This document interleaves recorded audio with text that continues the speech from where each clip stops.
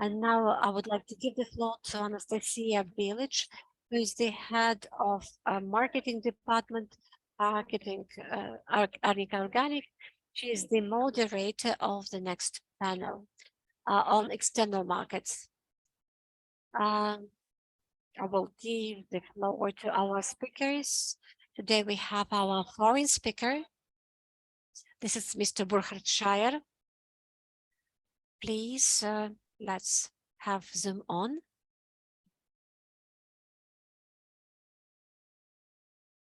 So from internal issues, we'll go to external issues.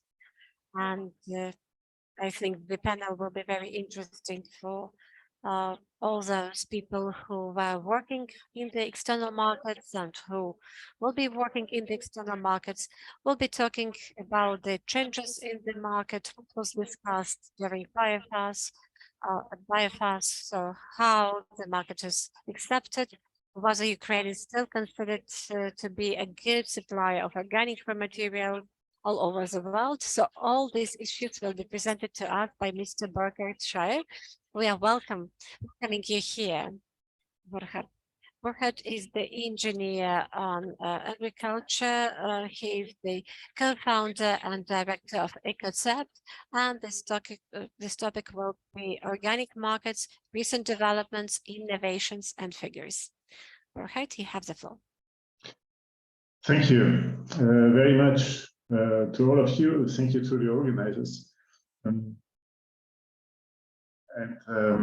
I hope that you can understand me well, that the sound is good, and I do hope that you will soon see the presentation on the screen. Is it okay with you? Perhaps I can just have some feedback whether you see the screen, thumbs up. Okay, great. Thank you very much. I'll try to be quick. Organic markets, recent developments, what's happening in the world and in Europe mainly. The preparation was prepared by my colleagues and myself. Thanks again for the honor to be with you today, and congrats to all the work that you do and that you did. I listened to the discussion that you had this morning, and it's really fascinating what you're achieving. A very short presentation of myself and of our company. EcoCept is a French-German company. We are existing since 22 years. We are specialized in sustainable supply chains in agri-food, and we are strongly specialized in organic farming and organic food. Like 70 or 80% of our projects are dealing with organic. I'm myself an agriculture engineer. As I said, we are French-German, so I'm German-born and raised, and I'm living in the south of France here with Lucie, the team as of last year when we met in the south of France. Our team mainly of agriculture engineers. What are we doing very, very quickly? Of course, a lot of projects in 20 years, more than 20 years. We are working with public deciders, private companies, and we do research. And this mixture is giving us insights on the organic market since 20 years as observers and as consultants. What I'm going to talk about is an introduction. I will talk about the idea of a ceiling for organic. Do we reach something like a maximum here in the organic market development? And the current developments in organic markets, mainly in France and Germany, some short views on other organic markets in Europe, and then some conclusion and a debate. Let's start with this very general picture. Organic knows only growth. I mean, this was true at least until 2020, and you see this very strong and long growth that we had in the organic market in Europe. And you see it's accelerating here in to 15 to 19, and then even leaping forward, accelerating again under the influence of the COVID crisis Look, please, as well here, 2008-2009, on the average of Europe, the huge financial crisis of this period. It was the biggest financial crisis since the Second World War in 2008-2009. No influence on organic. So what's behind all this? Of course, there's a strong tendency towards a healthier and more sustainable lifestyle, which is the engine, the driver behind this development. But then, surprise, in 2021, a slowdown in several markets and several supply chains, even a decline in some of the supply chains. After all these years of growth, bad news from the organic market. And then again in 2022, when there was slowdown in some markets and in some supply chains or market channels in 2021, now in 22, it's almost general. There's really a lot of countries where organic is losing market importance. So this is bringing us to the idea of the ceiling for organic market. The organic is reaching a maturity and is supposed to decline. That's what you can often read in the professional newspapers, or what you can see in some discussions about the organic market development. It's inspired from the very classical idea of the life cycle of a product or a brand. All of you who did some marketing at one moment in your life, you heard of this concept. It is a concept which is meant to describe a product or a brand or a very defined small market. But in organic, we have another ambition. I mean, organic is not just a product, it's not just a brand.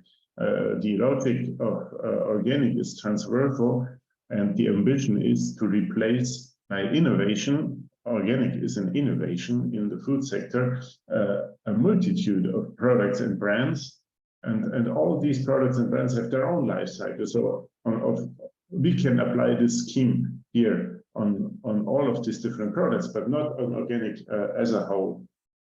And then if you look at the market share, for example, in France, we have something like 6 or 7%. It's the same thing in Germany, but there are other countries where we have more than 10%. So why should there be a ceiling now, maximum now at 6.5% in France? Not quite evident.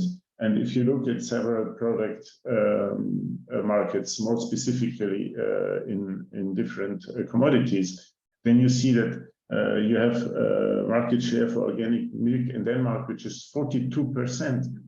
We have a market share for early childhood products in the United States, which is 72%, 15% for eggs in France, 27% for organic eggs in Germany. So why should there be some magic ceiling for organic? It's really not evident in my eyes. So this is just as an introduction. Now let's look just very quickly at the overall picture worldwide.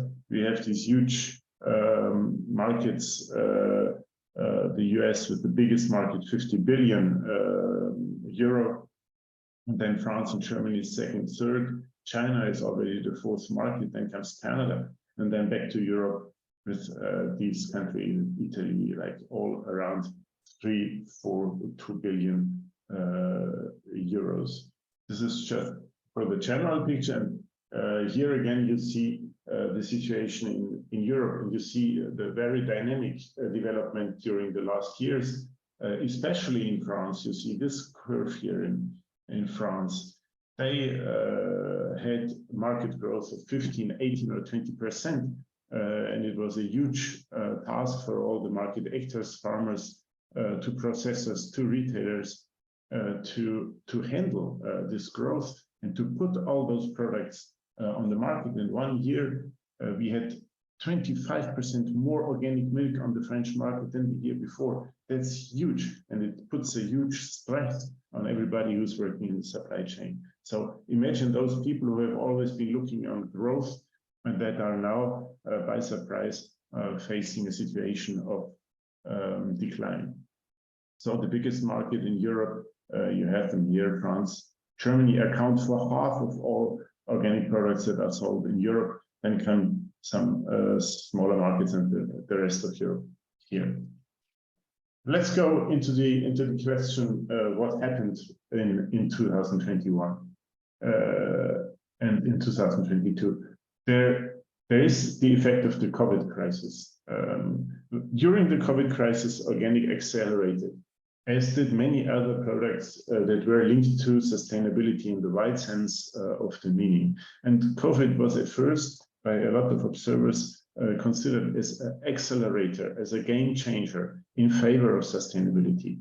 But at the end of the crisis, quite surprisingly, the inverse thing happened.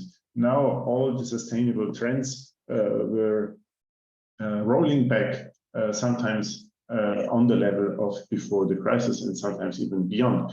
People under COVID cooked more at home. After COVID, they don't do any cooking at home. People did more sport. Now they don't do any sport any longer. So it's really something people go back to a status quo until. Then, of course, we have the post-crisis of the sanitary situation, and we have the war in Europe, the war in Ukraine. And under this huge impression of insecurity, European consumers reduce their consumption in all alternative commodities.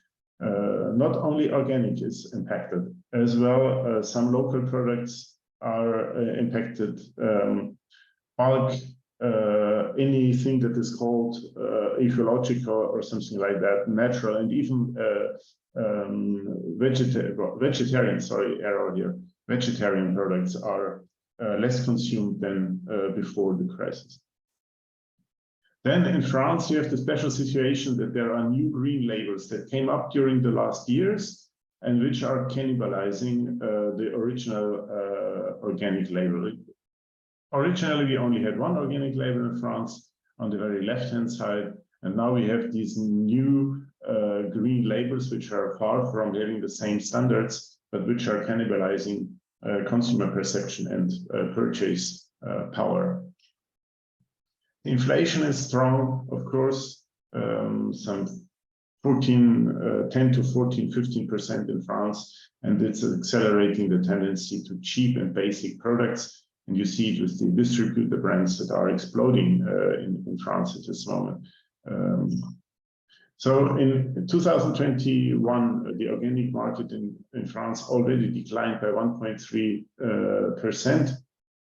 And we have more than 4% in 2022, which is a huge problem for a lot of market actors. And then we have little area growth for the organic acreage in France. Farmers seem to be reluctant to convert to organic given the circumstances.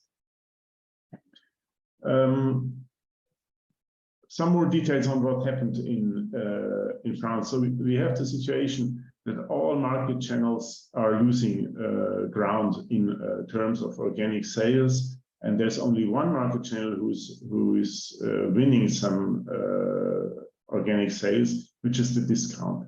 It's the huge German retail discount chain like Lidl and Aldi, and they are having a positive development of 1.6%. The general retail is -4%, and the organic food stores, which are very stable and a very important market sector in France, they lose more than 12%. You see in the conventional retail a phenomenon of products that are sold, that are sorted out of the shelves. They are delisted. They are not offered to the consumer any longer. End of down trading, which means that there are, when there's still organic products, then they are organic products from distributor brands and not longer the high quality brands. So the organic specialized retail, as I said already, they fall back by 12%, and we expect that there might be some 300 organic shops shutting down in 2022, 2003. So some 10% of the entire park of organic shops.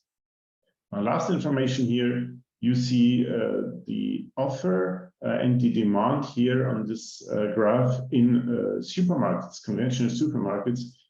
And you see that in a way, offer is declining even when demand is rising. So you have here some moments where the organic demand is rising again and getting stabilized, but the offer is still continuing to decline here as well in this situation. So partly designers in supermarkets, they really anticipate consumer behavior. They are afraid of consumers will not buy organic any longer, and they take the products out of the shelves before even consumers can buy them. So that's a very difficult situation, because of course that's a self-fulfilling prophecy. If the products are not there any longer, they can't be bought any longer.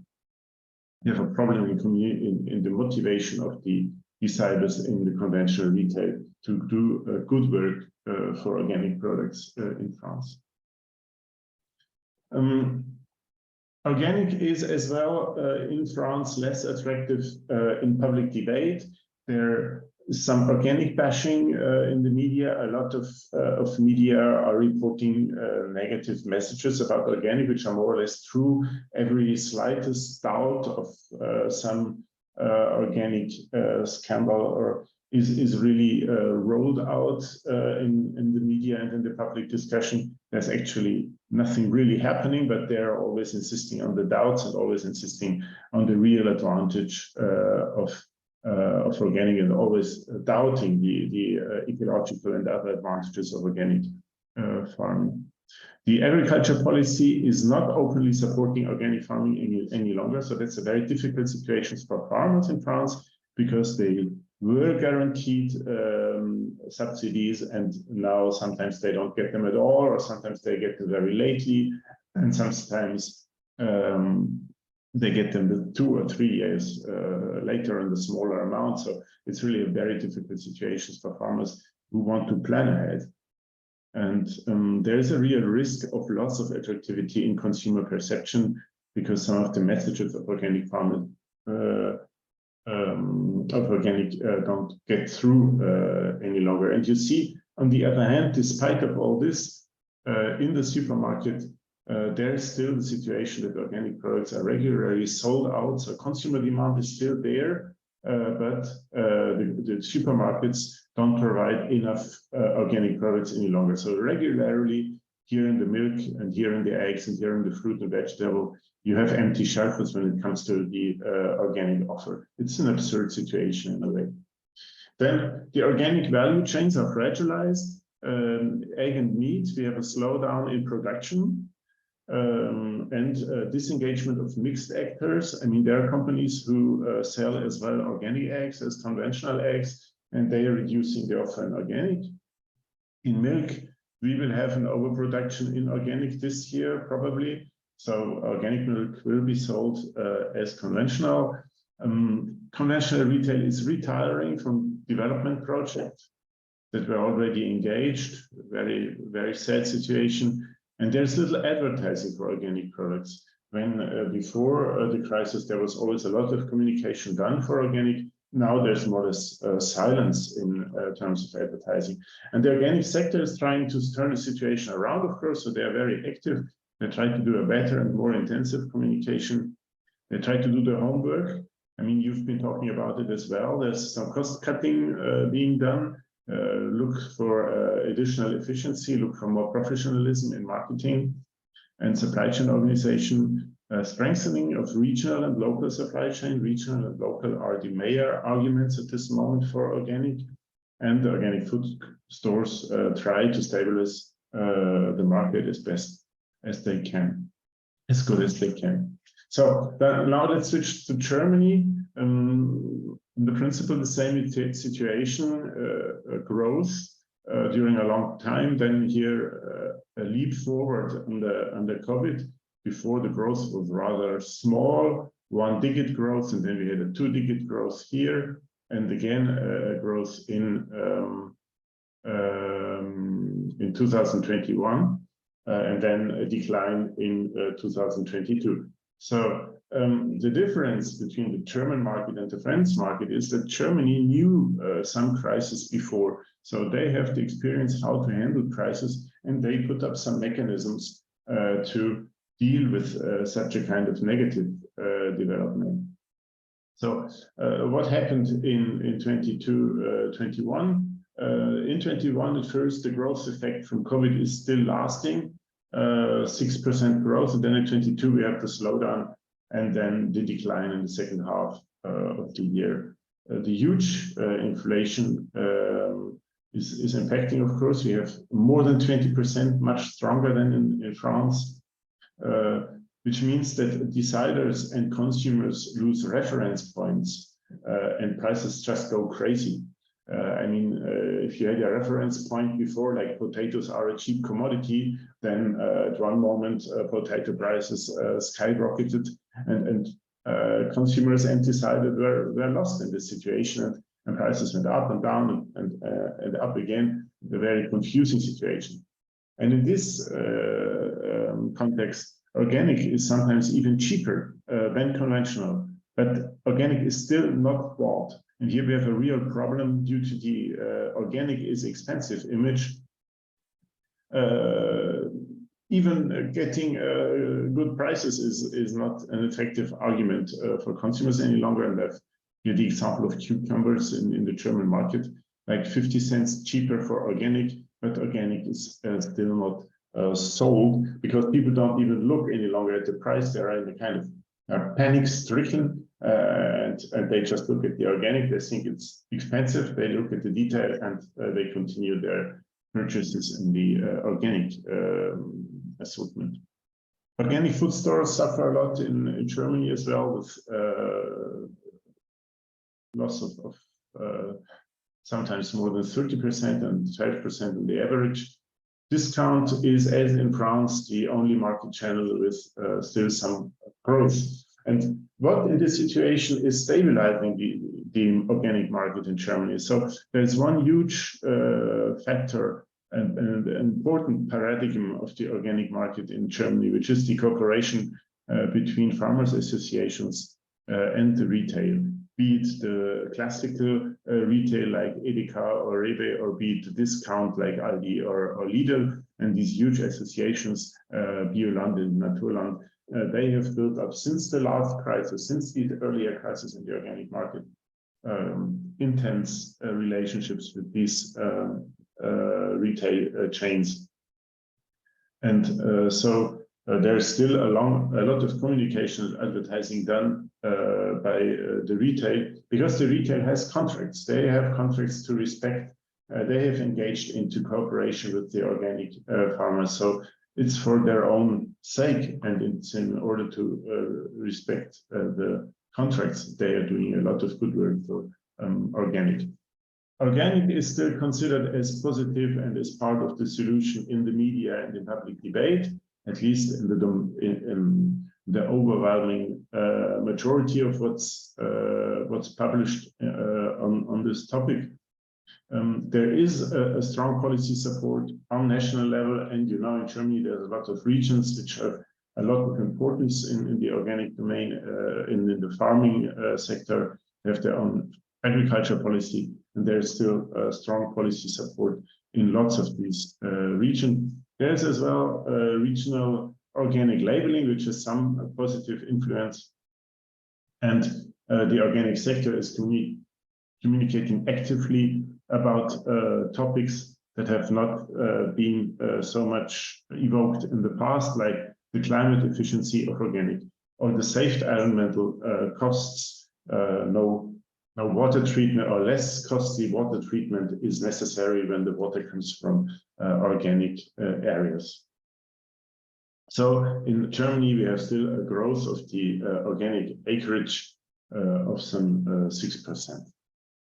Now, a very quick trip through other countries in Europe starts in Sweden.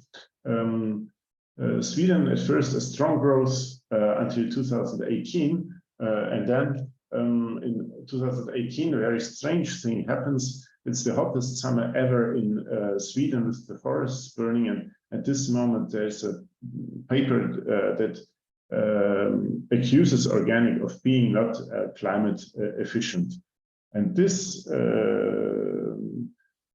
more or less fake news. Actually, it's not that true. There's no scientific consensus about it, rather on the contrary, but it has a lot of effect in the media, and the organic demand is declining, partly because supermarket deciders put the products out of the shelves. I've talked about this effect already in France recently, and we've seen it very clearly here in Sweden. There is some reconversion from organic farmers back to conventional, and there is a loss of organic acreage actually in Sweden, -3% last year. Sad thing to hear, but good news, at least for last year, a small growth of some 2.5%. So finally, all the work that is done in order to get a better image for organic is having some success in the end. Let's look in the United Kingdom, which is historically the organic market where a strong crisis happened very early. Actually, here there's a very strong crisis happening in 2008, 2009, and then there's a long way back to growth and to the level before crisis. So what happened here in Great Britain? We have an effect of the financial crisis in 2008, and again the effect of supermarket deciders who anticipate a consequence that they imagine in terms of consumer behavior, and they delist organic products, and organic products can no longer be bought in the supermarkets, and so the market falls down, and there's a lot of disturbance in the organic supply chains and the decline in organic acreage. Then we have this slow recovery during 10 years, but then again, very recently, a drop in sales. In order to finish our world tour here in organic, positive news from the United States of America, they have 4% growth in 2021. You see here, it's a story of growth here in the United States. There's a little moment of stagnation here, 2018, around 2018. But apart from that, there's rather a continued growth for organic, and growth is as well expected for 2022. That's good news, and good news as well from the political side. For the first time in the United States agriculture history, there's a strong policy for organic farming, and a substantial program in order to support organic farming. And last example, a small one, a small country, Austria, which is as well showing positive development in 2022. A strong support here from the retail sector. Here again in Austria, you have a strong link between the retail and the farmers on the other side. Strong contracts, long-term contracts. And the retail is engaging into organic and is supporting it even in difficult times. There's a strong policy support, and Austria has succeeded in linking organic to Austrian origin, regional origin in a way, because it's a small country. They link it since a long time, and they have a lot of success doing so. So if you try to get to some conclusions very shortly. So I think there's no ceiling for organic. We are not at the natural end of the growth of the organic market, but the organic demand is at this moment suffering from a macroeconomic crisis. from the war in Europe and from internal weaknesses of the organic sector. There is internal weaknesses in France and in Germany. They did not have the time to care for them. They know about these weaknesses. Since 2018, 2019, these weaknesses are identified. But given the strong growth under the COVID crisis, there was no time to really handle and tackle these issues. So they have to do it now in the crisis situation. And it's, of course, much more difficult to do your homework when you already have bad grades, when you're double stressed.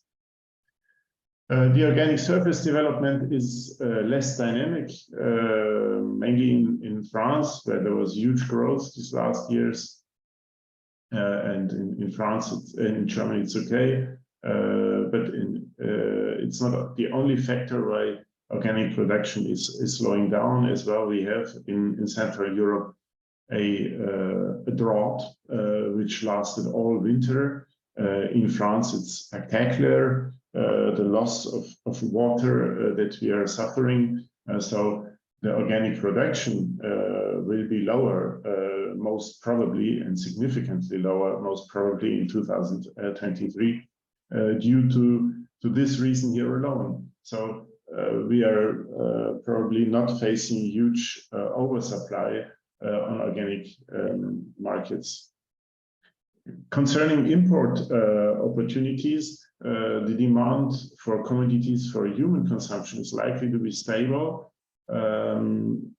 but regional origin will be preferred quite strongly. It's a phenomenon that lasts already a couple of years, but which has been strengthened through the different crises. Consumers and market actors, they look for regional supply as far as possible. And then we have the commodities for animal feed, and here we might perhaps have a slowdown in demand as there is less organic animal production. I've been mentioning the reduced organic egg production. We have the same phenomenon in the organic pig and the organic poultry production. These are sectors that usually use a lot of organic grains and imported organic grains, and there might be some reduction of demand here in 2023. But again, we have to consider a potential undersupply from the European production. So perhaps there's still some opportunity for imports. The prices are stable until now in general. Exceptions are happening, but they're getting closer to conventional prices. That's the bigger problem. I mean, we had situations where organic milk or organic cereals were cheaper than conventional ones. The crisis might well last 2 or 3 years. Well, it's a little crystal ball that I'm using here. Nobody knows exactly, but we can reckon that at one moment a new normal will be established. That among this new normal might be the acceptance that food will cost more money, that food is generally more expensive, and then the consumer habits might integrate more actively organic again as in former years. We need these 2 or 3 years as well for doing all the homework that has to be done in the organic supply chains that I've been talking about already. And then general recommendation as a last sentence for your export projects. These are hard times for spot market. It's good to have stable and strategic partnerships. There's people in France and in Germany who look for these kind of partnerships. I mean, you have them very well established as well in Switzerland, but in Germany there's the organic associations. In France there's the cooperatives. There's some opportunity to discuss with those people long-term projects and to get more stability than on the spot market.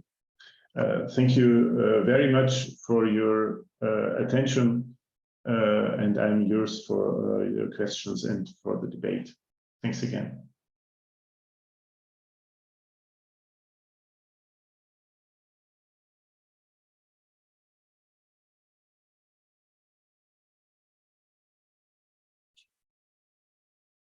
Please switch the light on. Mr. Borker, thank you very much for your very informative presentation, and we understand that every crisis probably results in new normality, and this is also true for the organic market. We have several minutes for questions and answers. Do you have any questions about the markets, about exporting? Yes, we have a question. Just a minute.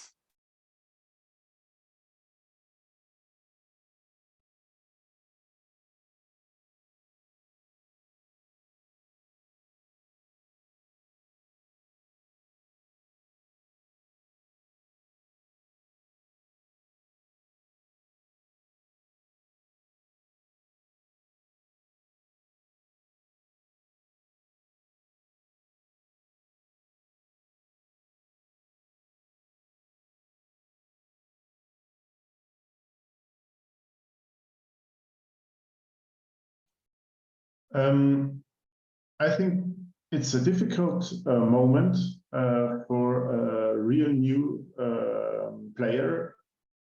When I imagine that being new means as well that there is no strong networks, no established contacts, etc. So that's actually a big issue.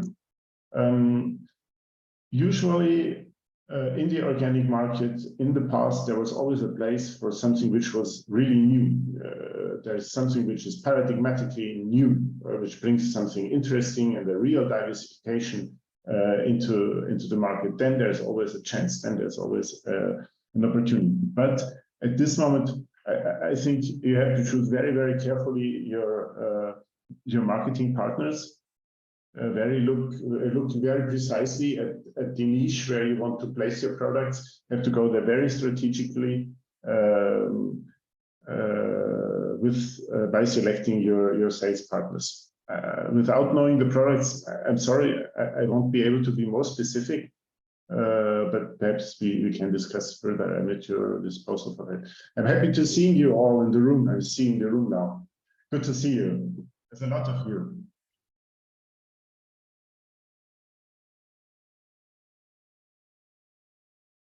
We have one more question from our audience.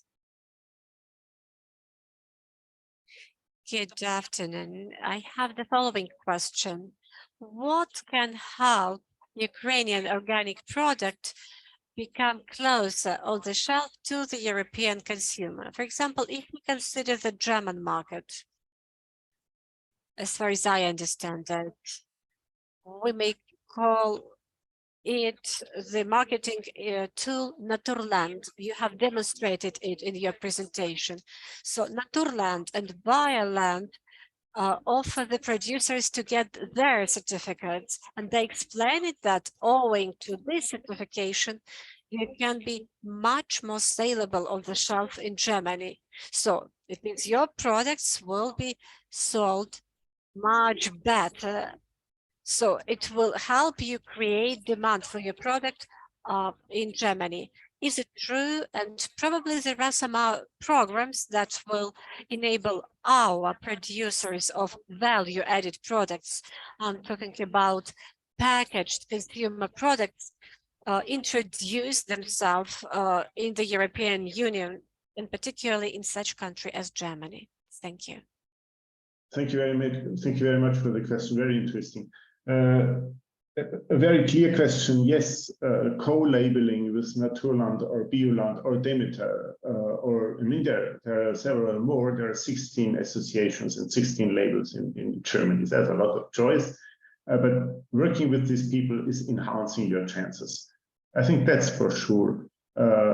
It's what the German consumers know, it's what they appreciate, it's what they are ready to pay more money for, and it's as well on the intermediate level, these labels are appreciated, and the intermediary work that you get from Naturland and Bioland, like introducing you to those people, getting you through to the processors or to the retailers, I think they will do good support for you if you engage with them. Then, of course, there's the additional effort for getting certified under these labels, but it's not that complicated.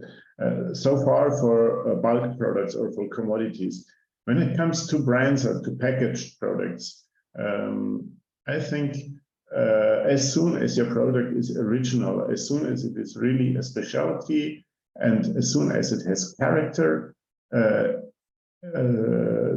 try your chance, of course. I mean, even if consumers in France and in Germany at this moment look foremost for products from the region or products that are produced locally or processed locally, the retail landscape is huge, and it's always nice to travel when you buy. I mean, when you're integrating some new dimension into your basket by buying a product that is a specialty from abroad. And I mean, Ukraine has such a huge sympathy potential. It's perhaps something that you can operate here in your product.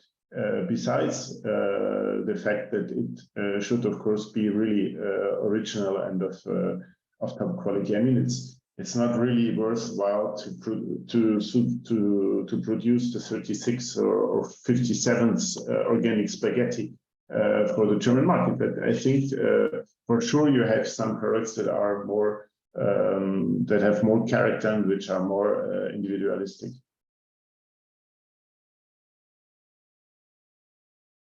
I hope that I have answered your question.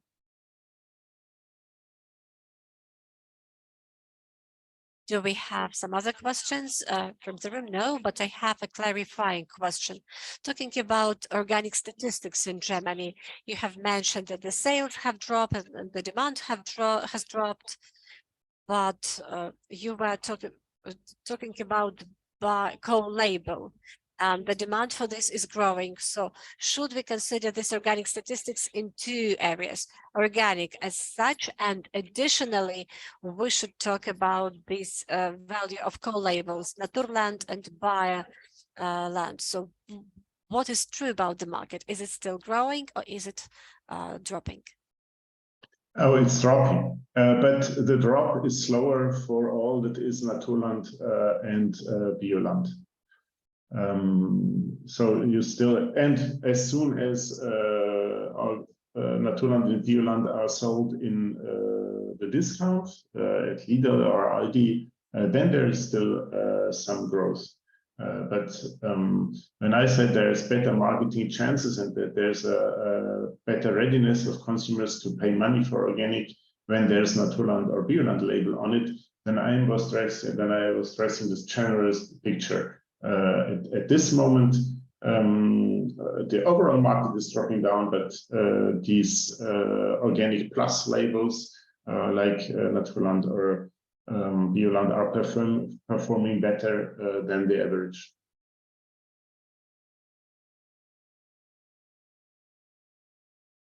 Thank you very much. There are no more questions. Mr. Burkhardt, thank you very much for joining our event here in Kyiv. Thanks to you. Congrats to your work, and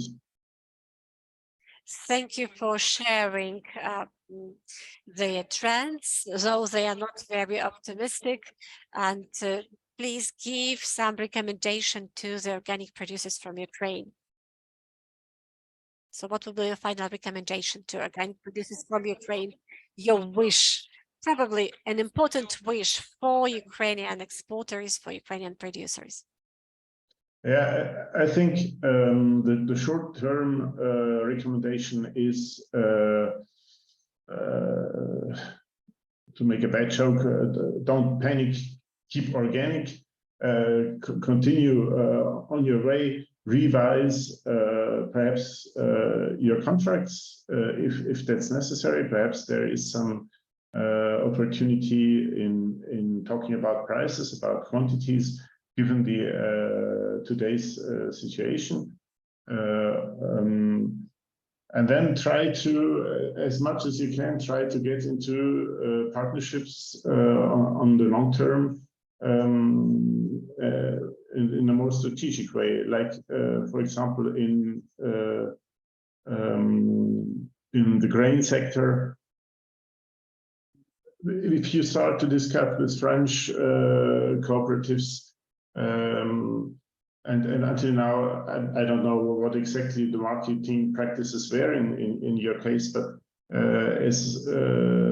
if until now there was mainly a spot market logic in your work with French clients, it's perhaps the moment to discuss with them and to try to get more lasting relationships, more lasting contracts.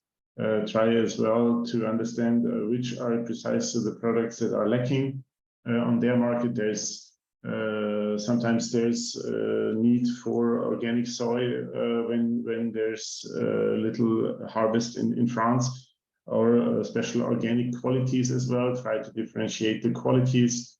Of course, the high-end qualities, the high quality in wheat when it comes for baking qualities is always looked for.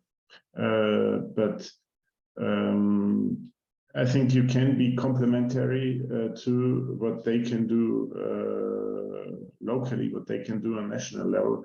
Your offer can be complementary, and it's interesting to get with that to get in a long-term cooperation with them, like talking now in springtime about the potential harvest that they will be having. I mean, they know already more or less now, or they can estimate more or less now what kind of volumes they will have in summer. So perhaps it's already possible to do some pre-contracts now. It's more or less the same recommendation for Germany. Try to get into long-term cooperation. Thank you. And when we are talking about short-term prospects, definitely we would like victory come soon. Thank you, Mr. Burkhardt, for your presentation and for your answering to the questions and for your comments. Thank you very much. And we go to our next speaker, Vasily Groch, Thank you very much. Representative of the Organic Standard.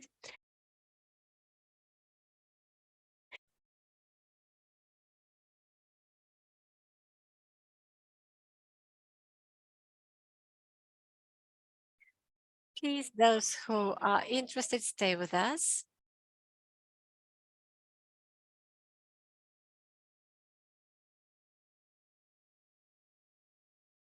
So, Mr. Vasily Groch, representing Organic Standard, could you please share your presentation about achievements of Ukraine at the international markets? Thank you very much for inviting me. I represent the company Organic Standards, the export department. My name is Vasily Groch.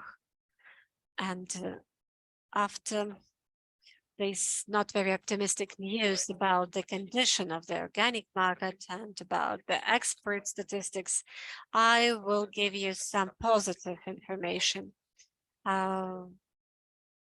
I will be talking about the condition and prospects of exports in 2023, particularly Switzerland. And here you see the growth of export during this year. The growth is about 50% to the European country and Switzerland. And we see that our organic producers, despite large-scale invasion, managed to show positive dynamics of exporting their products abroad.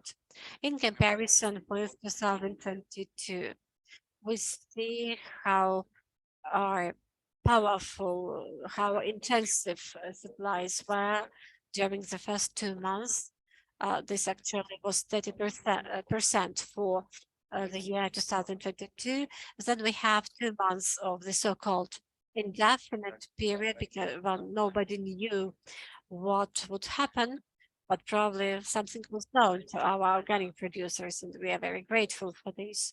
And then we have the positive tendency of exporting organic products. Here is the analytics regarding transport modes. We see some changes. Here are significant changes. So talking about road transportation, it makes 50%. The sea transportation has decreased. And here you see the statistics for each specific month. During the two first months, sea transportation were really very extensive, and after February 2022, they have decreased. So what are the top countries of export? This is the Netherlands, almost 45%. So this is organic export from Ukraine to the Netherlands. Also among other countries are Germany, Austria, Poland, Lithuania, the Czech Republic, Italy, and other countries. These statistics regarding the categories of our products. We also see here comparison before 2022. Cereals and oil and protein cultures have shown good results in comparison with 2021, 19 and 46% respectively. Fruit and nuts, the volume has decreased, and some other products have also showed decrease. Now you see more detailed information about specific cultures. So sunflower shows growth, as well as sunflower oil, as well as corn and soy beans and other products.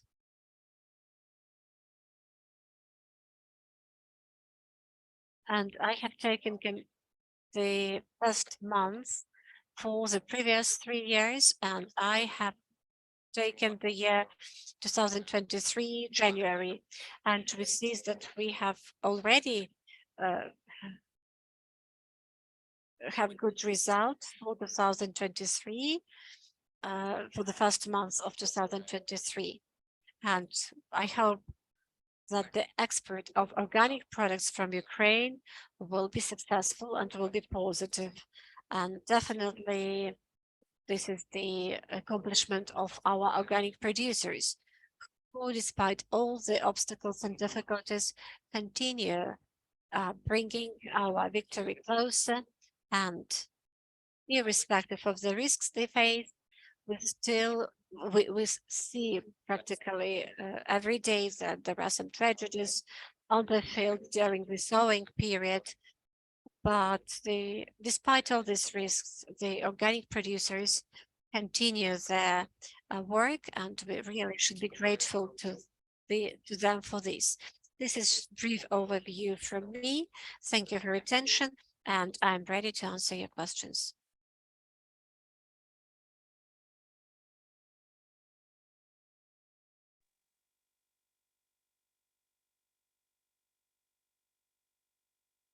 So yes, we have some questions. Yes, thank you very much for your presentation. And can you please explain what products, what crops are the main drivers for the exports? Okay, let me then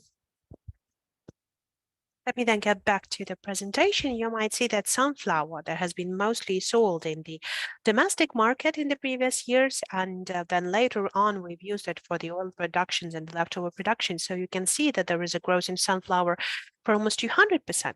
So you can see there are the main products as well. So the sunflower as it is, you can see barley, corn. Corn always took the big share of the exports for the organic market, and we can see the growth of this crop as well. Okay, can you please also tell us, as of now, we know that the certification is very expensive. So the certification for all of the agricultural farmers is very expensive right now. So why the certification price is increased starting from the April 1st? Thank you. Thank you very much for this question. Yes, we know that there is a problem with that because the services are developing, the prices are growing. We have seen that in the growth of price with the products overall and the foods, when we know that there is increased price for the usage of the logistics connections and the access to the logistics. Well, it's just one way road here. The prices are rising, so we have to follow that as well. It's very hard for our producers, we understand that, but we're trying to provide all of the support that we can provide, and we're trying to support the growth of our organic producers as well.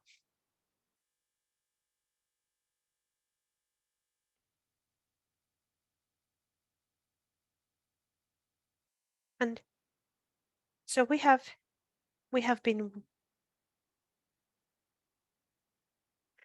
known that this procedure takes a very, very long period of time. So while we're trying to create this kind of a certification company in Ukraine, because before that we used to do that in Odessa, and we needed to send it all to. So we have to simplify it all. Can we simplify it all? Because like we needed to make it in dia, because right now the whole Europe is shocked when, for example, when in Austria they asked me like, we need 50 to give 50 euro to people, and and I was in the hospital there, and I said like, you don't have to do that when you have a card. Yes, that's it. Just in a second I have just sent it all. So I've said that like I'm paying all of my invoices here, and everyone has surprised that you can actually do that. So we have to do the same thing to be able to do that digitally as well. So everything is now very costly. A lot of things that are not even being done. So there's a lot of things that are not being.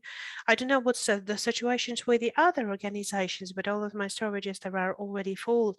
So yes, I know that my cows are going to eat all of this feed, but they will not eat all of that. So we will have to store it somewhere as well. So we have to certify it in the well, but the prices for the fuel is quite clear. So right now it's being decreased right now, but the new certification is very costly, and it takes way too much time. Yes, thank you very much for this comment. Well, the thing is that the labs that are providing the analysis, they should not be dependent. Well, like I'm trying to answer your question. So the laboratories, they have to be independent, and they are independent. If we're going to be creating some kind of partnership is going to be against the legislation and the European regulation as well, that will be the conflict of interest in place. You all understand that we have this kind of conditions right now, right now the air supply is impossible for Europe. So right now it takes a lot of time to transport all of the samples into the laboratories. So just last week, the lab that used to work in Ukraine, it has now restored its work. And basically, it now can provide all of the analysis of the sample that can be done in a comfortable and faster way.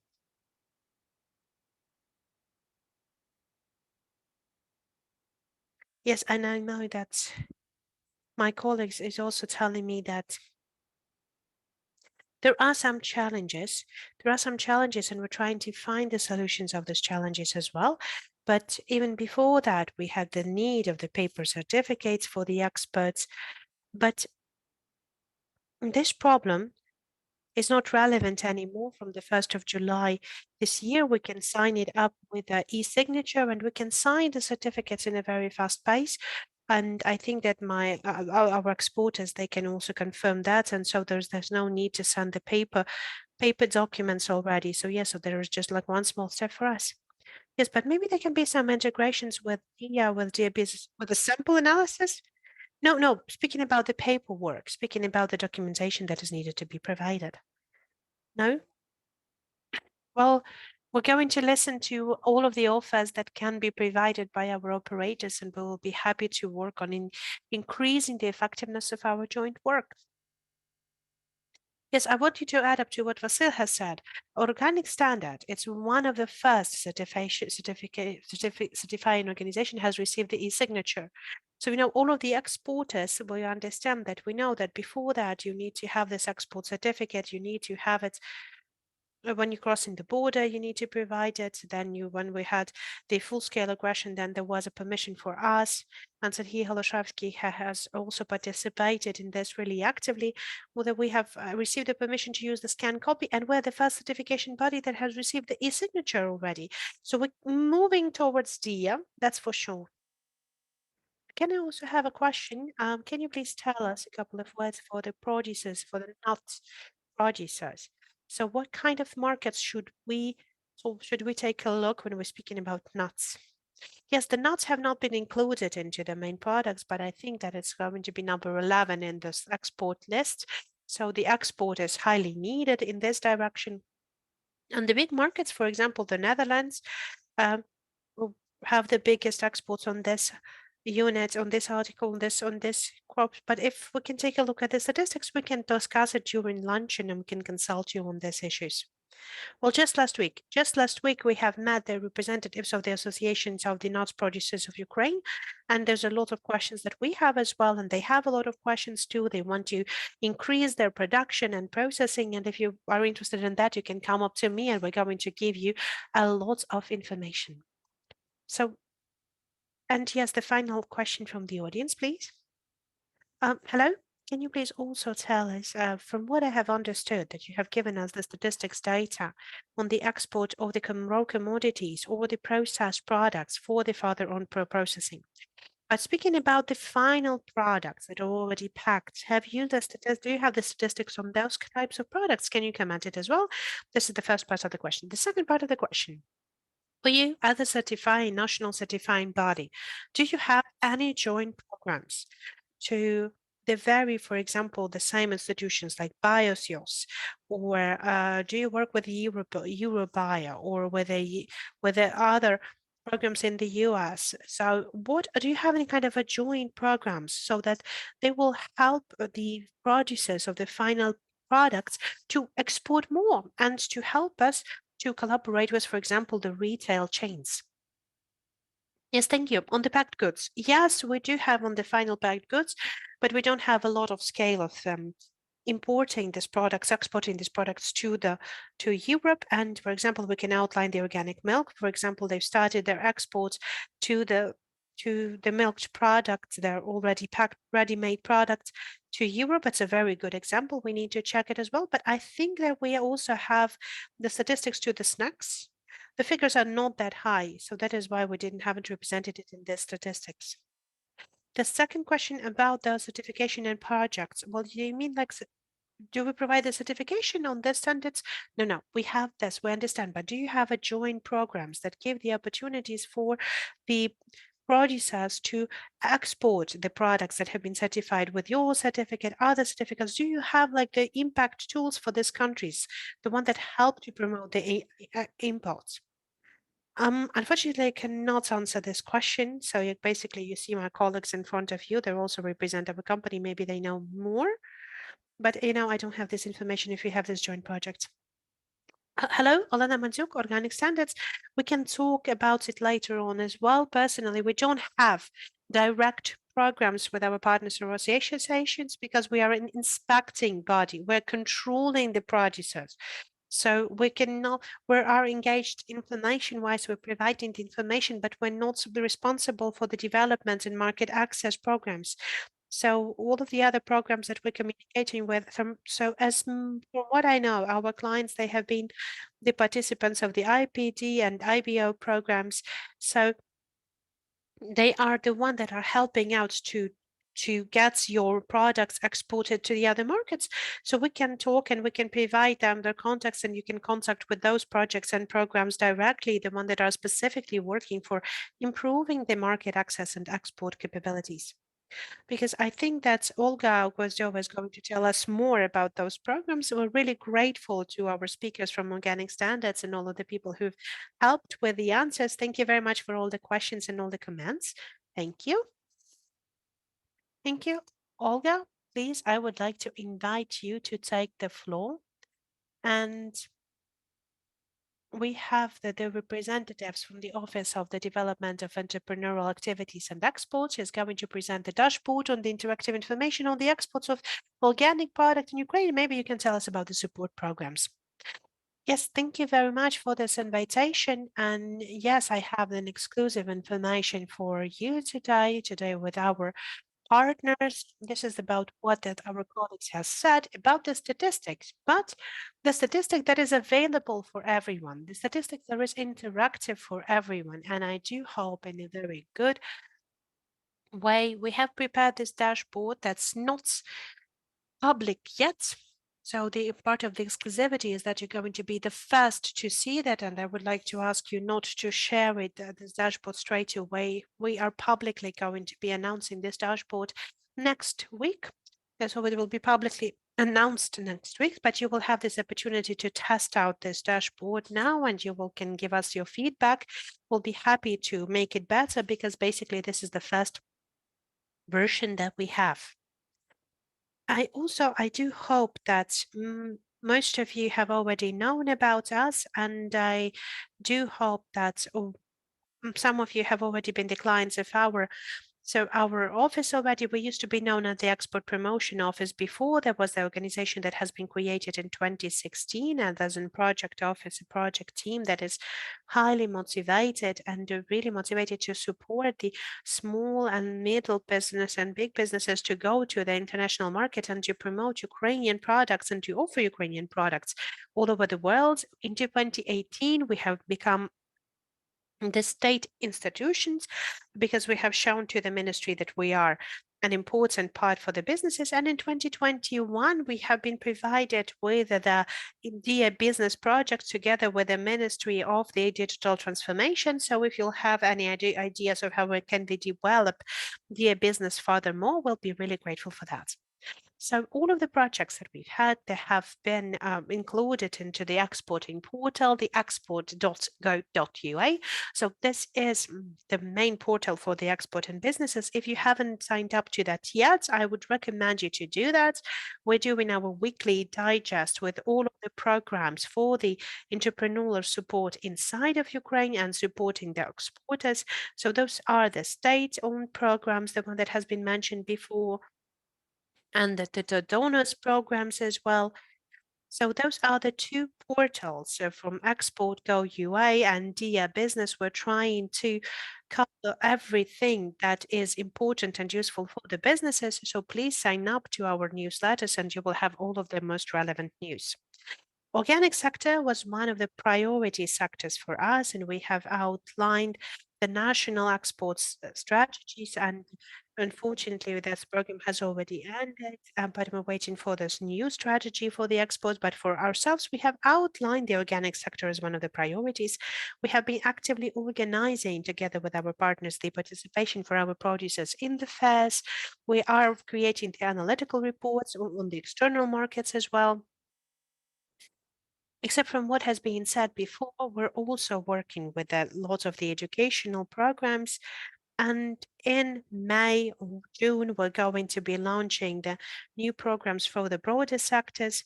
And we're going to have a separate webinar project as well. And I can announce that already that next week we're going to launch our webinar project on the overall trends of the external markets, the one that are going to be available as well in the Dia Business portal. We have the consulting support and support in searching your partners. I'm going to mention that as well in the end. Speaking about the question that was voiced out on the possible collaboration with retailers, through our service, through this exports catalog service that I'm going to mention later on as well, we're collaborating with different companies, and we have successfully did it last year when the retailer from Denmark has requested an information on the companies that are ready to work with the Danish markets, and we're going to can work with this market. We given them the opportunity to contact with the company. So we worked as a matchmakers. So we have provided this middleman services. And because this company was very interested in that, the representative of this company, last year, he came to Ukraine, and their company was able to work with this supermarket. That's also publicly available information. So all of the queries that we have has been published. They're published at the export portal. We've had the companies not from non-organic sector, but we also want to broaden our sector of collaboration. We're working with other countries and with other retailers. And so we will definitely publish all of our information on the further on collaboration. So let me now introduce you with what the dashboard is like. So this interactive dashboard, it actually shows you the statistics of the export of the organic products to the European Union countries and Switzerland. So this is the statistics that Organic Standard has. So this is the traces database as well.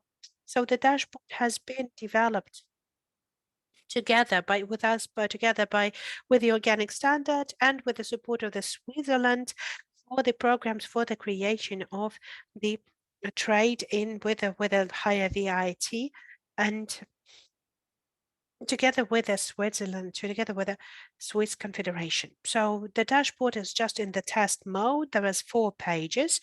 On page 1, you can see the overall information on the exports through the years and through the months that's been, and you can see that this information is grouped on the categories of products. What is very interesting, why the dashboard is interactive, it's because you can use multiple filters. I recommend you to use that from your laptop or from your PC. So basically using the desktop computer. So you can see the different filters there that are available. You can choose a specific months, you can choose a specific product category, and you can get into more detailed information about the specific indicators that are interested for you.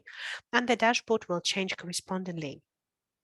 The second page is specifically about the products. It's also interactive. You can use the filters, you can use the press on some of the points on the graphs, and you can check the dynamics on the specific product group, and you can get into the details, or using the filters as well, the one that you can see in the top of the page, you can find the most interesting product group that is important for you.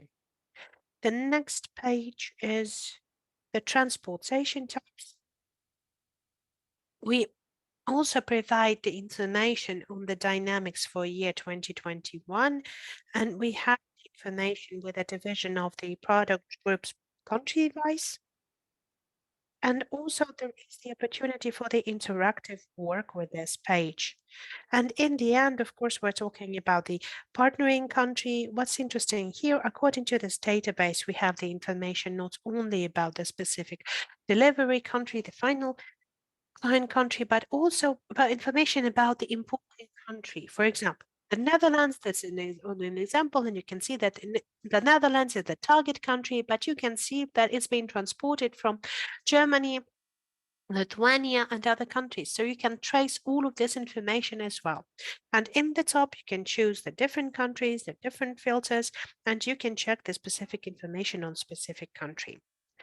As of now, we have information up till January 2023. We do hope that we're going to be processing all of the information as fast as it comes. We're actively working on that with organic standards. As of now, it's just the European Commission. They don't have this information for February 2023, but as soon as they will receive this information in 5 days, will also be depicted in the dashboards. So in the framework of this project, we also would like to conduct the market assessments for the external markets, and we do hope that we will be collaborating in the framework of this project for the whole year round. So if you'll have the offers in the research or the update of the dashboard, please contact us. We want to add the US here. We want to add the information about the UK here. Right now, we don't have the access to those statistics data yet, but we will try with the help of the ministries. Through the ministries, we will try to receive the access to the other statistics as fast as possible and to update this dashboard. And for the end, I would like to also invite you to the catalog of Ukrainian exporters. That's one of the tools that you can use for looking for your partners. Our export portal has a specific chapter, when you can search for the partners. We're publishing there the main claims, the main demands, and you can publish your query as the main partner, as the main importer. And we also monitor the state procurement of the external markets, and we're also publishing it in our portal, and how to be included into this catalog. You can also follow this QR code.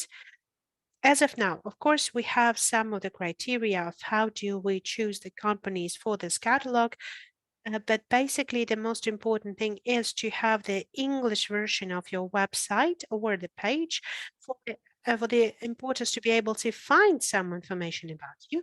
Additional criteria, you don't need to have any kind of debts for the fiscal services of Ukraine. We're also right now checking if you have been connected with collaboration with Russia now, so we are not including the companies that have this kind of financial connection with Russia. And also what I've mentioned forgot to mention, we have the catalog of organic Ukrainian exporters. This is the catalog that we have been working on for a couple of years already. It has been presented at the BioFact Fair Fair. It is specifically at our English page of our portal, and it is integrated into our mobile catalog. So all of the importers, when they are entering our exporting portal, so you can see already the English version, then you can see the search tools through the companies available, and you can also see it's been noted whether there's organic or non-organic producers. So if you will tick for organic companies, then you will be able to find the organic companies exporting that have been already checked and confirmed by us. So if you have any questions, here are our contacts. You can follow our pages. Please follow us on social media. I'm really happy that we have been collaborating for many years already. We have been collaborating with the organic community, and I hope for the further collaboration as well. Okay, thank you. Thank you. Not to say that I'm impressed. I think that it's basically something that the organic sector needed for a longest time. So this is basically the trustworthy statistics, not only trustworthy statistics about the domestic market, but also for the external markets. Is this statistics, is this dashboard translated into English? Or can we convert it maybe into the PDF files? Do you have the links so that our partners will be able to use that? So we can understand that we're developing it and everything's okay. Yes, so we're right now working with our English page, and the English page is going to be launched in a week. And in our export portals, we're working on the translations as well. We're going to make a lot of postings on LinkedIn, and you will be able to share that with your professional allies. And we're going to be tagging everyone just to make sure that we will have a uh, broader coverage. And in LinkedIn, we have launched a campaign. We are really active in promoting all of the Ukrainian stands in all of the international fairs. We're talking about the economy of Ukraine and the different ways of sectors, speaking about the positive messages. But in order for us to engage the international partners, we need to show the real stories. We have launched this campaign when we are telling about the specific companies and specific success stories. For us, the success story of the company has survived already. So I would like to ask you to contact us to provide your materials, video, photo. We have a specific format how we do that.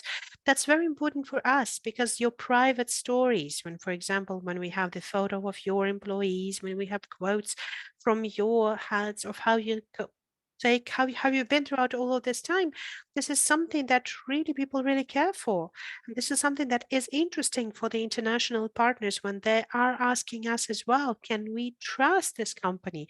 Whether this company is in normal situation, and we need to give them this good examples. That's something that really improves our work. Do we have the companies who would like to apply for the success stories? Okay, we have a lot of colleagues who would like to apply for that. So there's a lot of work that's waiting for you from the organic sector. We're ready to do that. Yes, but we're really grateful to your team for this tremendous efforts that you have been doing for the sector and for creating the dashboard, for supporting us with a BioFac fair. And thank you very much for all of the support. We're really hoping for your support for the BioFac 2024.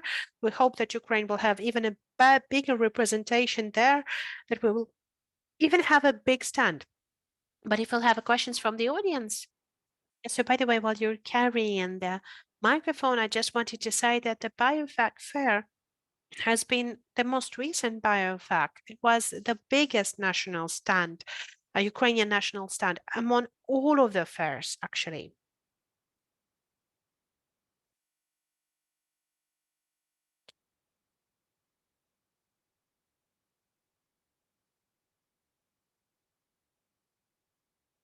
I'm sorry, the question is out of microphone. Okay, I don't represent the ministry, but then again, the organization as ours.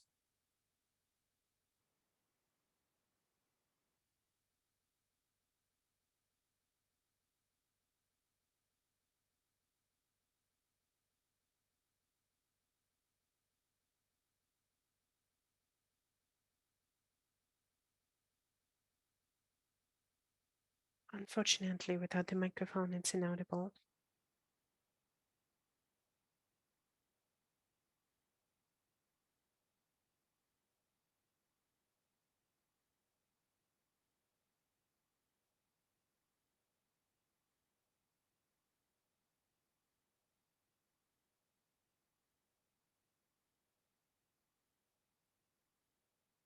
And I have a question as well. So the exporting in organic sector, that's only you're using the data of organic standard, or you're using the data for all of the Ukraine? You mean the statistic sources? Yes, that's about all of the Ukraine. So it's not just the organic standards. Now, this is the data of the European databases that traces. So this is about the import of the countries, the import from Ukraine that they have. So it's not just the clients that have been certified by the organic standard. It means that there is information about all of the counterparties and all of the enterprises from Ukraine. So all of the exports from Ukraine. Yes.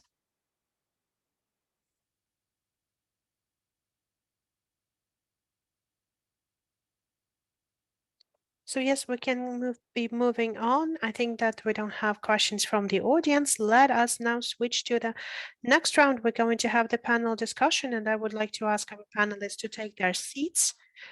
And I would like to invite Vita Osinska from Halex Agro, Vladislav Tomanko from the Pole Agro Company, Victoria Vasilchenko from Arnica Group, Ukar Aliyev from Maria Budko, and Pre-Organic Yevhen Blokhin, please.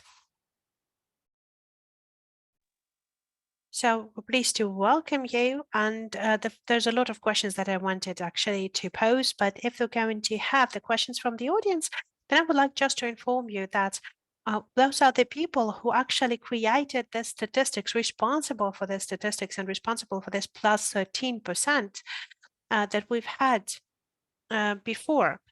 So we have a question from the audience, or I can start? Okay, I can start and we can do that in the process. So how your year 2022 was? So what was the hardest things for you? So we can start, yes, in different order. Yes, okay. Yes, please. So Alexandro.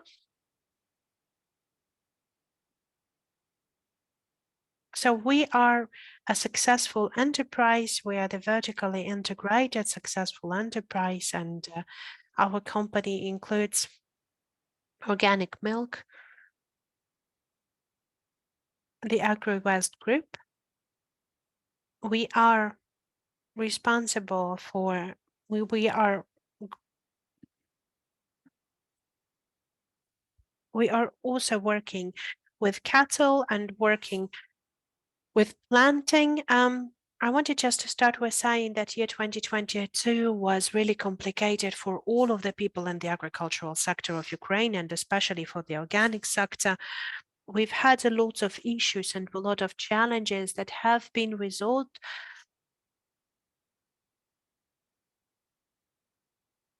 The first 2 months were really tremendously hard because no one knew what to do. The February, March were really hard for all of us. No one knew what to do and how to continue working, but we were able to preserve people, to preserve our locations. We've tried to work as hard as possible. We've tried to work with the exports. We were looking for the clients. We were looking for the additional potential for the companies, and step by step, we were able to move to year 2023.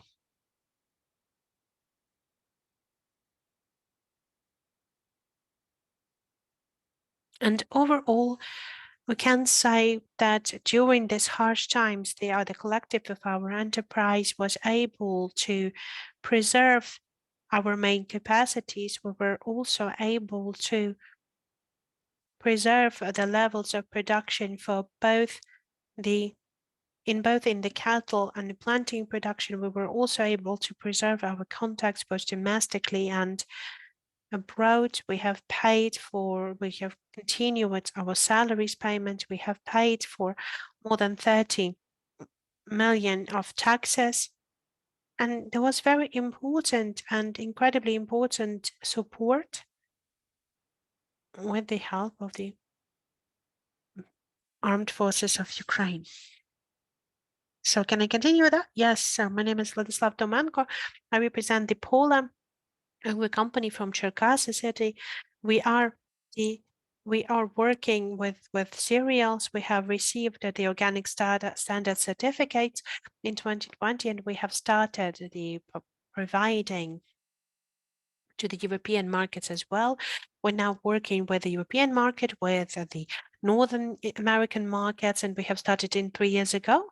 But right now, what is the situation for us? The hardest period for us last year was also the beginning of the war, and March and April, the couple of months of total when the situation was totally unclear. And right now, our all exports is 170 million tons. So we're working with millet, both conventional and organic. So the traditional is around 30% with our share.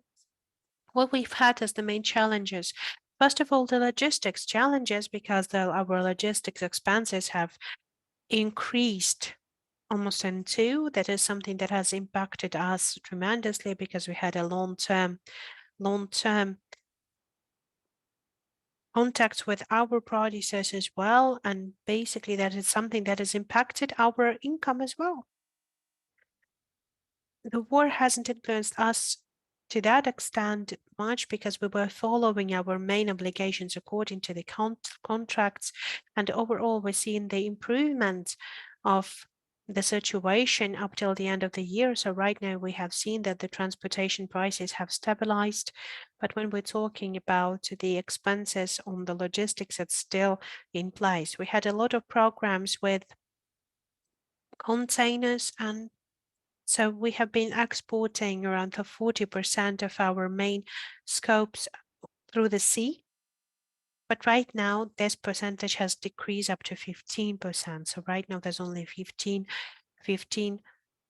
that we are doing with go through the sea. There has been a lot of logistics that has been now turned to the automotive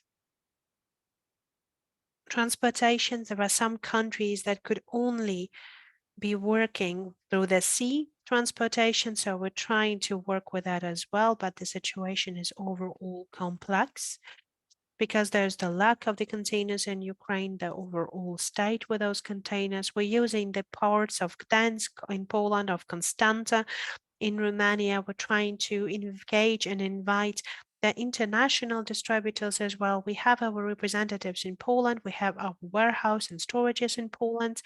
We're trying to fulfill our obligations towards our clients with their support as well and with their help. We've had our representatives in Europe starting from 2016, and we've used those companies with different goals. But we have stayed in this market. We have completed our obligations. We have stayed with our duties. We're continuing to work in there, and we're continuing to work with our clients. That has been highly appreciated by our colleagues and by our counterparts all over the Europe, especially under these conditions. The situation has been improved.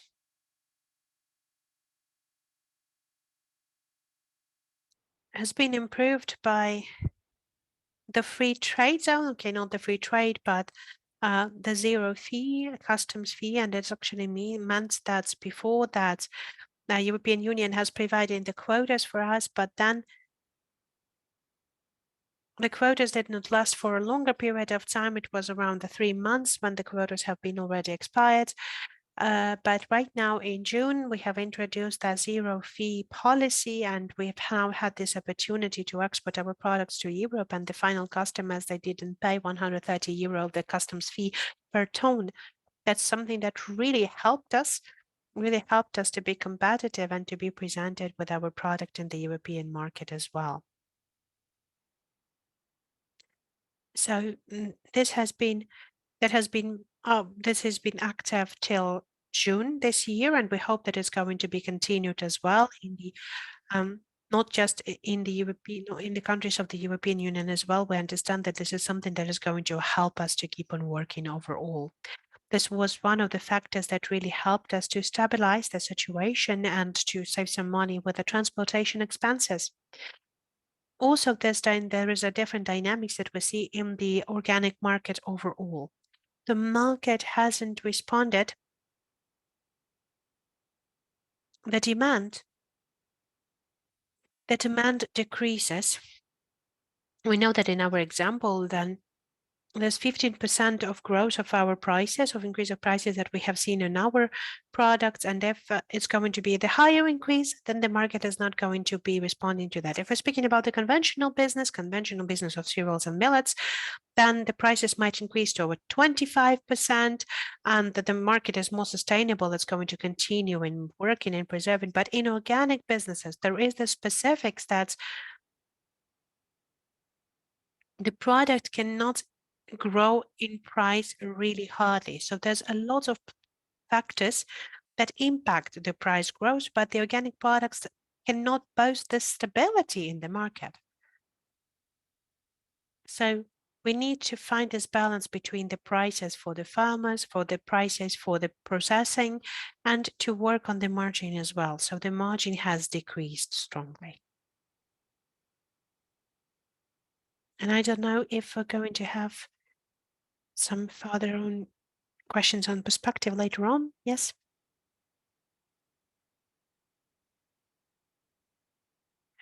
Well, year 2022 was really hard for everyone. And I'm sure that every farmer, every organic enterprise was absolutely terrified of the 24th of February. We were not ready for that as well. And what we have understood that when the full-scale invasion has started, what we had 20,000 tons of contracted cereals, the obligations that we could not fulfill. Those were the obligations that should have been delivered to the clients. But then we had this logistics collapse. We were not, it wasn't clear what should we do with this grain? What should we do with this grain? We have grains that has stopped in Kherson, so we have lost around 3,000 tons of corn in the occupied Kherson. Then we have the ports that have been blocked in Odessa, the Chornomorsk port, and no one knew what to do with all of those blocked ports. I think that all of the organic producers, they have problems with the containers and the lack of containers. And we also had a very interesting case with the Ismail port, because in the very same time period, when we had a barge with a product that we have procured. We had procured the Astartes soybeans, and we were not able to understand, will we be able to push it or no? So that was all really, really stressful. You're being stressed because the war has started and you need to get yourself together to try to figure out how to resolve the working issues, but it all has been resolved and the logistics have been improved. Of course, it wasn't that easy. There was a lot of work that has been completed from our side as well. And we've tried to find the best ways to work with that. We've tried to find the terminals that can work with organics. But basically, there's no the kind of terminals that can work with that. And all of the ports that the warehouses that were already using then conventional grains, there was no place for organics. But 3 months afterwards, 3 months after thinking of what to do, should we introduce the warehouses?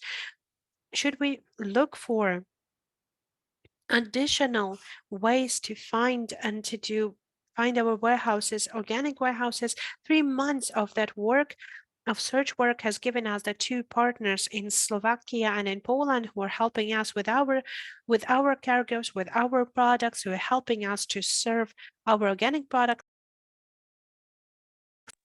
Before the full-scale invasion, we've had worked with 21 tons, and we have already provided all of these products to our clients. We haven't taken down our contract. So Arnika is really happy to have our logistics department, because logistics department is working for all of the problems and taking down all of the problems. And as the practice has shown, the prices in the logistics have changed, and the logistics ways that we have had before and we have settled before, it has been destroyed just in a moment, in a second.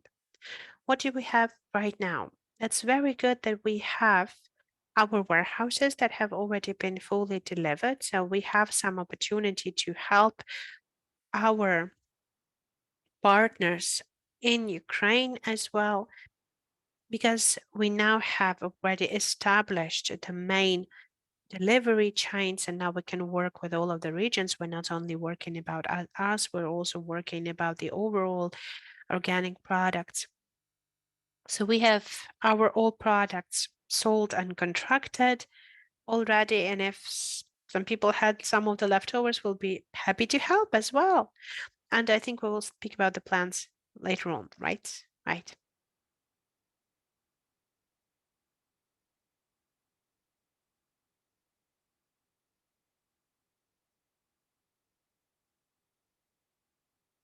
As I will, so you will start in a circle with me. Okay.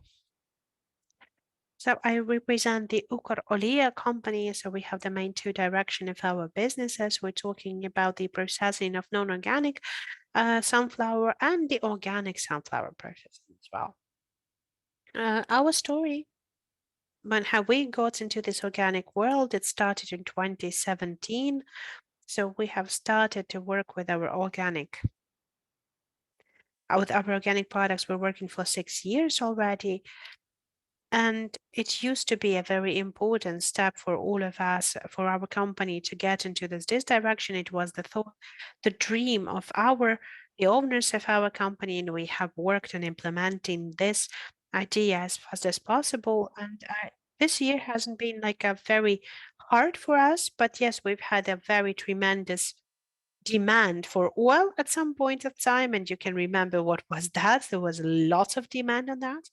And basically, we could just take the minimum of expenses and we can continue in processing a conventional sunflower and to take all of those income, all of those expenses that the organic direction could have given us. But we have preserved both of our directions of work. Uh, that was a very important decision for us, and we have taken some steps forward as well in our organic businesses right now. And I now recalling how year 2022 has passed, I have to say that it has definitely changed the approach to businesses in our business sector as well. It has definitely changed some of the approaches in the management sector because we needed to be more active and we needed to work with a lot of the stress and stress pressure. Our partners are the farms that are providing us with the products, with the raw commodities, at both of our locations. Oh, this is the specific locations that we have. So we have a specific location that is working with the organic sunflower and another that works with conventional sunflower.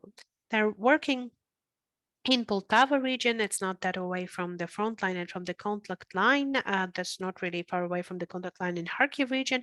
But under these conditions, we were able to continue in working with both of our businesses, and we have found that the new clients throughout this time. And as my colleagues have already said, I think that for around like 2 months, as we have tried to understand how can we transport all of the things that we need, how can we deliver, how to resolve it, how can we plan all of the oil distribution of our products to all of our main platforms. Because if you have worked in the oil crops processing, that you know that just one day of postponement costs you a lot because you have to stop everything.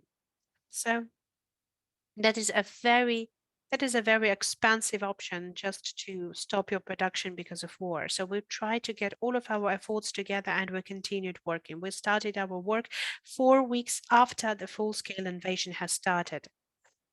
Throughout this time, throughout year 2022,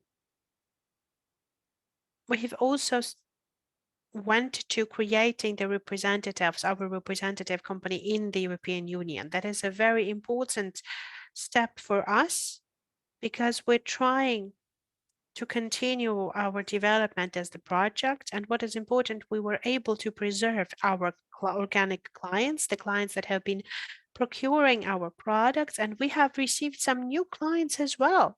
It was a greatest pleasure for us when we have participated in the BioFAC during summer. That was the very good thing. There was a very short break between those two events, but we have received a very good positive experience and positive feedback from our partners that we have met, and for all of the people who were there. So there was just the people that stayed there, and they've just asked them, well, how were you able to get here? Like, you continue working still. They've all have expressed a lot of fascination with our strengths and courage. So when we've been listening to that, we never have considered that a strength, because for us it was the normal way to be, to continue developing our businesses in Ukraine and to be the part of this development.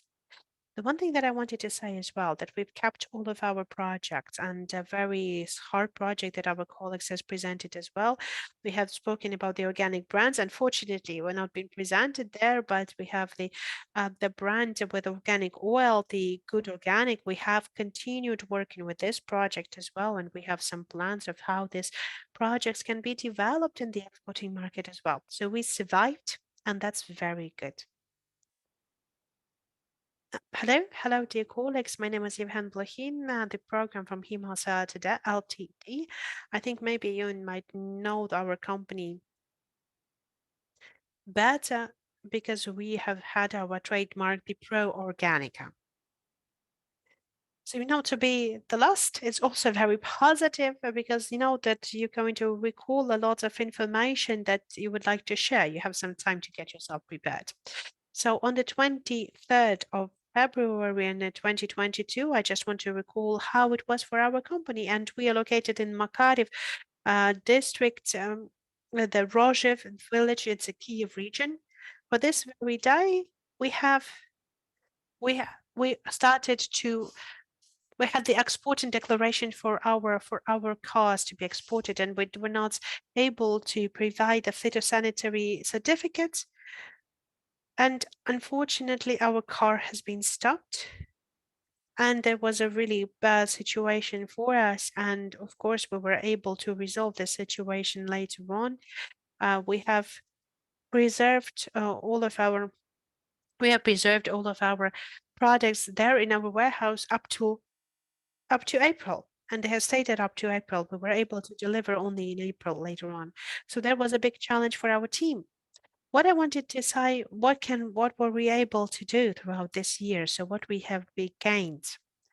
It was a big pleasure for us that we were able to keep them and preserve the most important for all of us. We were able to preserve the most important assets that we have, which is the assets of our team, of the professionals that have stayed with us and that is still working with us, continues working with us and working to build up to improve the capacity of the organic and the organic capacity of Ukraine.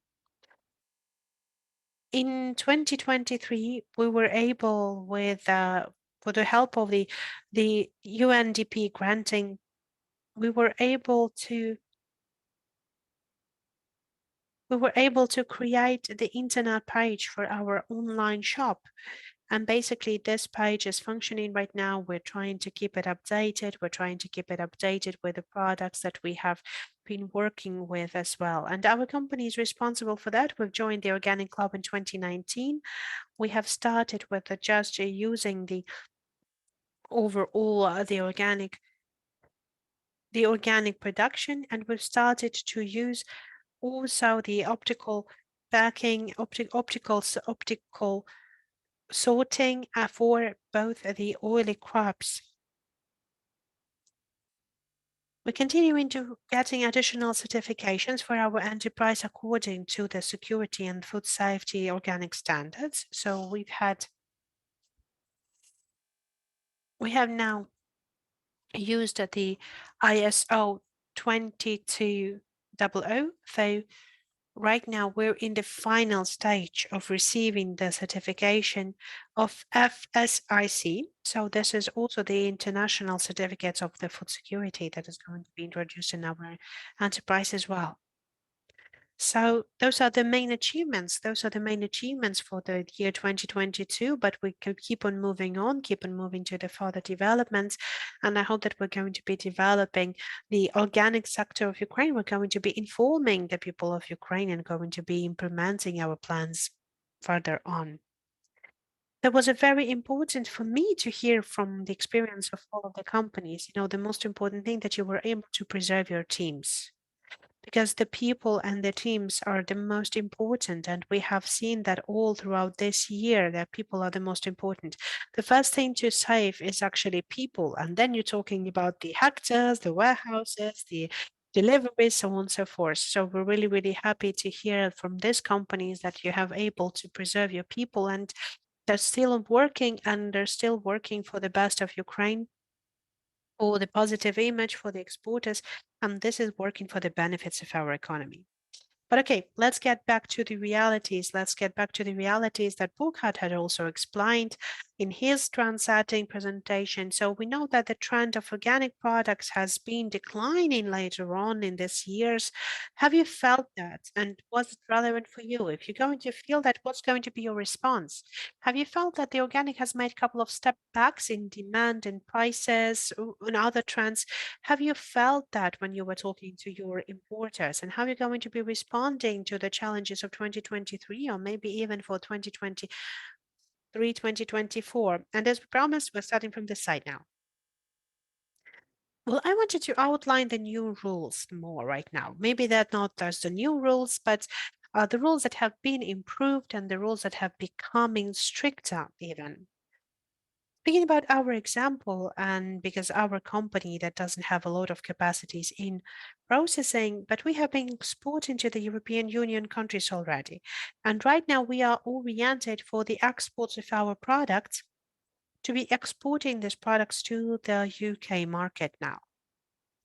And I wanted just to say that the final customer in the UK and in the European Union countries, they're setting out very strict quality requirements.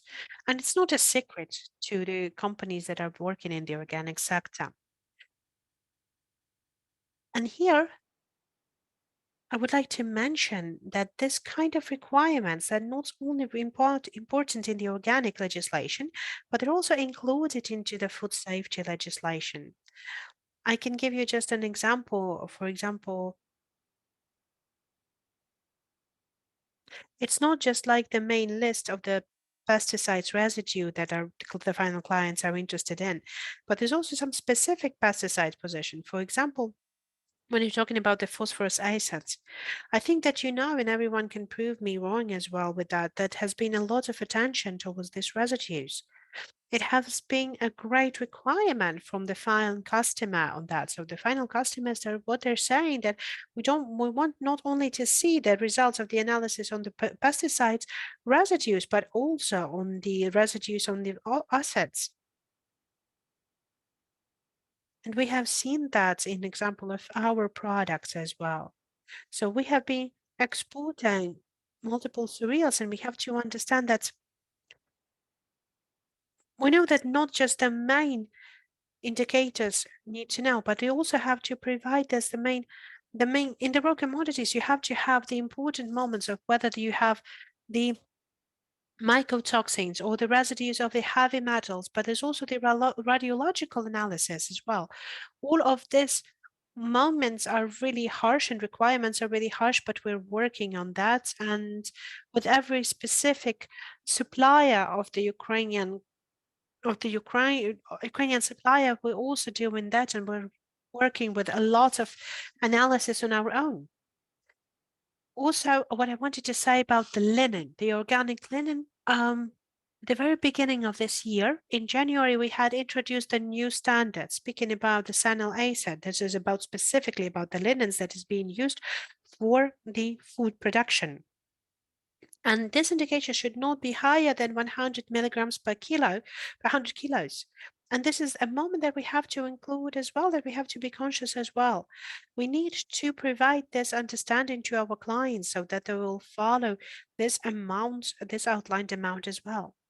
But we have seen already that this is in the process of work, and maybe we will be searching for this kind of a suppliers that will be able to provide us additional guarantees as well.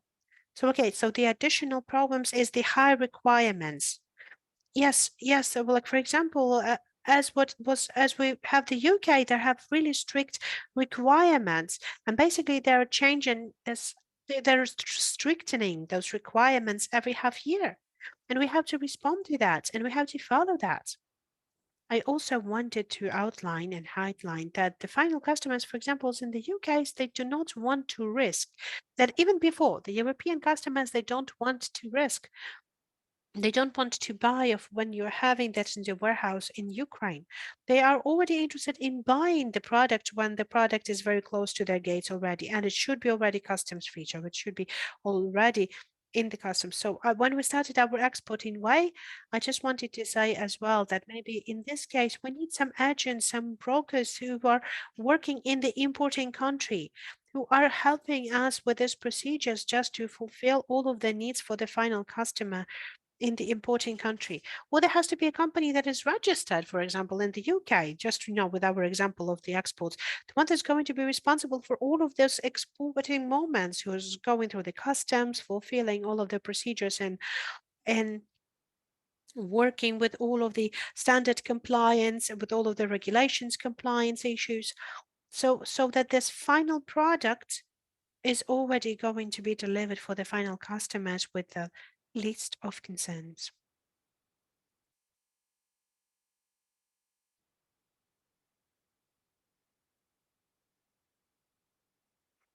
I also wanted to add that this year, and I do believe that maybe you have felt it already, and we have felt it, that the demand and prices have changed, especially when we're speaking about the cereals and we're speaking about the oily crops. Then all of the plans and all of the results, I mean people first of all. So for the team that is currently working in our company, the one that has been preserved, that has been preserved for the fully 100% for us, what we have as the main task is first of all is to broaden our markets, to look for the new opportunities, for selling the products with the higher added value. And speaking about that, we mean that there's already the processed and bagged products from our businesses. So right now we are doing more in communication. So I'm speaking about what we're doing nowadays. We're communicating with market directly. We are studying the market, looking for the new partners, looking for the new clients in the market, and we're communicating with other institutions that can help us as well. For example, speaking about the exports office, an export promotion office, we have been communicating with them as well. We're trying to look for any kind of programs that have been offered just for us to be able to participate there as well.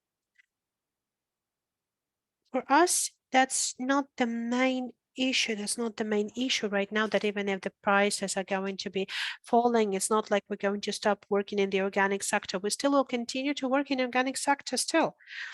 Why? Because first of all, this is the project that we believe is going to have a long-term development.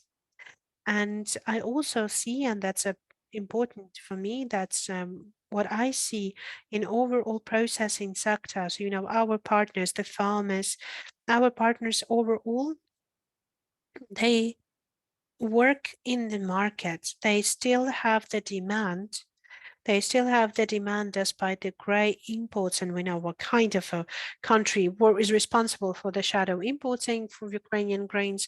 We know what kind of countries right now providing all of these products with Ukrainian stolen grains through Turkey, for example. We do hope that it will stop. We understand it should stop, and we do hope that in the moment we're going to have the clean, we will have the trustworthy and clean players in the markets.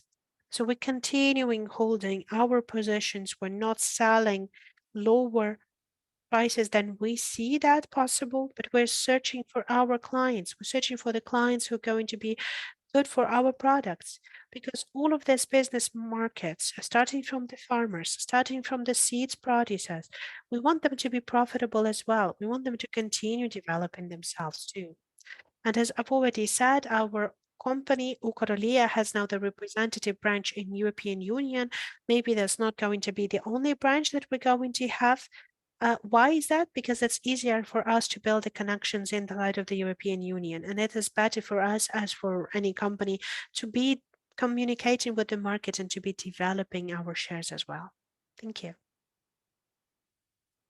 Well, from my point of view, if we're speaking about the current situation in the organic markets, that it doesn't sound very positive right now, but I do believe that it's not going to take for, it's not going to be a long-term situation, because every downfall is then going to be also accompanied by growth. We just have to wait a little bit. We have to be patient. We have to rethink our budget. We have to think of our crop rotation. We have to think of our results. We need to think about what kind of crops we can use and how we can go this period in the best way.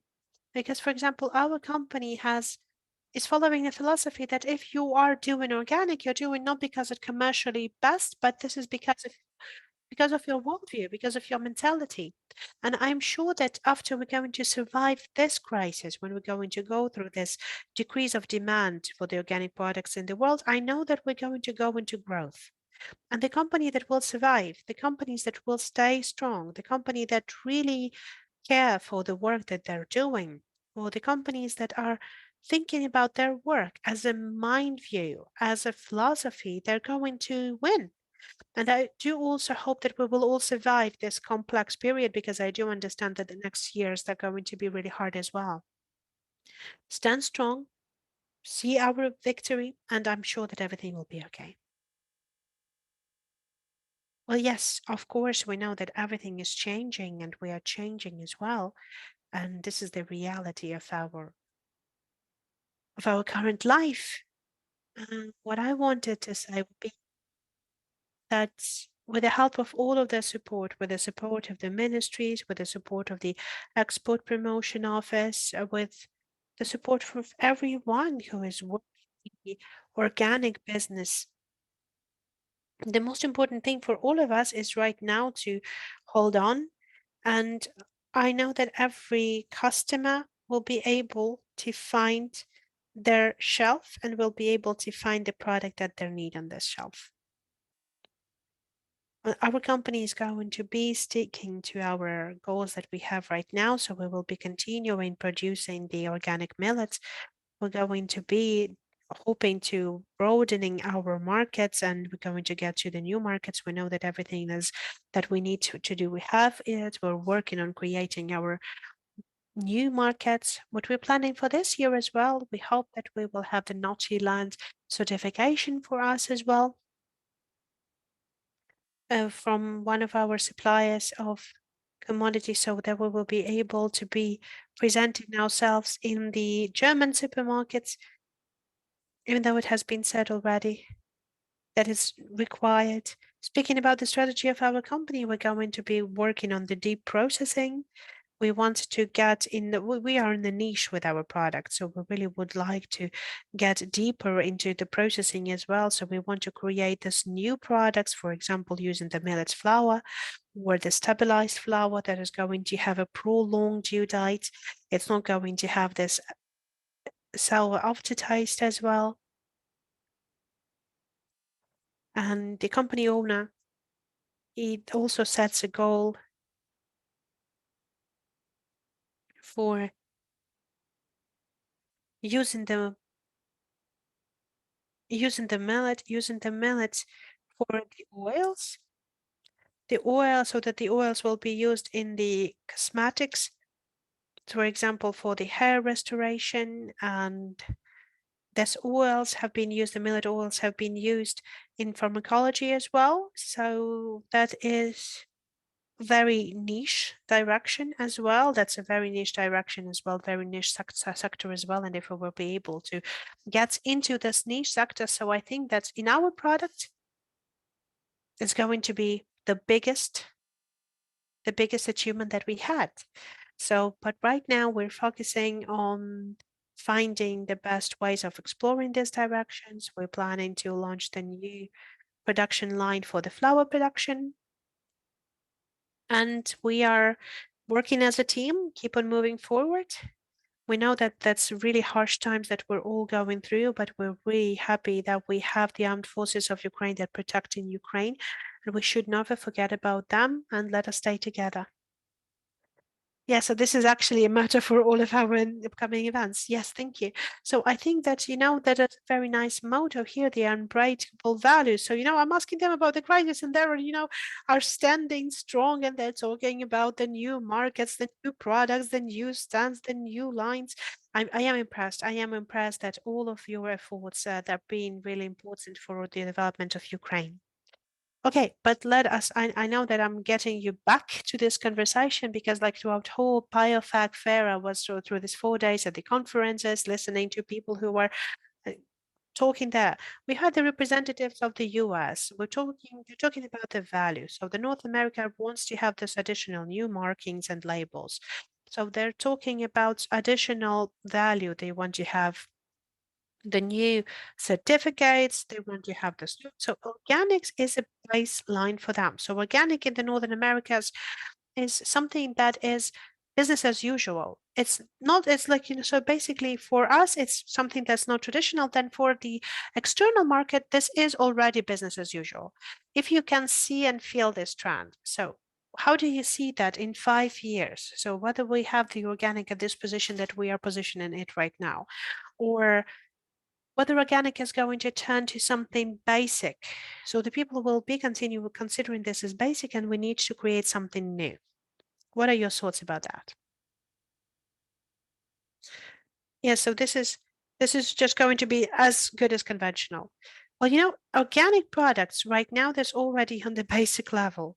Because we know that there is a premium certificates like Naturland, Bioland, BioSuisse. We understand that there's always additional margins available with those certificates as well. So I think that this trend is going to be preserved.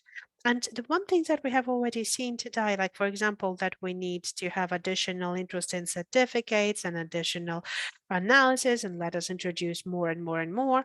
And I'm sure that the organic market is is going to be layered. So we're going to have this baseline organics and we're going to have the premium and like super premium luxury organic brands. So this is my point of view that yes, we're going to be moving towards that for sure. Yes, I don't know. There's going to be additional social standards. What should we be moving on? What should Ukrainian exporters be ready for? Because you have been longer in these businesses, you have been in this organic exports for multiple years. What should the people and businesses that are only starting to export, what they should be ready for? Because should they be ecologically responsible, socially responsible? What should they be ready for? For the companies that are only considering getting to the export markets, what should they do better? Let us consider, let us think about what will happen after like 5, 10 years after we're going to win. What will the organic exporters be, and how do you see yourself in 5 or 10 years? Well, I do believe that, the social guarantees and social responsibility is going to be in the spotlight. So there's going to be a lot of serious attention that is going to be dedicated to that. Also, the sustainability of your business, of whether you can be a sustainable partner with a good quality, with good sustainable quality. This is the things that have already been discussed now. That's all of our big clients have been talking about as well. So they have been talking like that when they are providing the benefits for one of the companies that can provide you with a good sustainable quality, the good quality of the same type. So there are now providing this one, they are going to prioritize this one company than working with a couple of smaller ones. Then the businesses is also always tied up to that. For example, for us as a company that has been really open, so you can come to any moment, you can come to our location, you can take a look at everything, and you can even track on YouTube about how it's all been done. So transparency and openness is one of the important directions, and is something that is going to be important in the future as well. And all of the other programs, like for example, preserving the being environmental friendly, working on the preservation of the value of all of the resources and all of the other, that is something that is going to stay with us as well. That's what I think. And I also wanted to add that except for all of the programs, that have been around the sustainable development and traceability, the sustainable development, transparency. We're going to also have these programs that are we're going to have these international companies as well. We're going to have these additional directions. For example, the carbon neutrality. So those agendas as well, that's going to be important for the organic producers as well. This is going to be important. The organic producers, that's going to be on the top of this pyramid because there's going to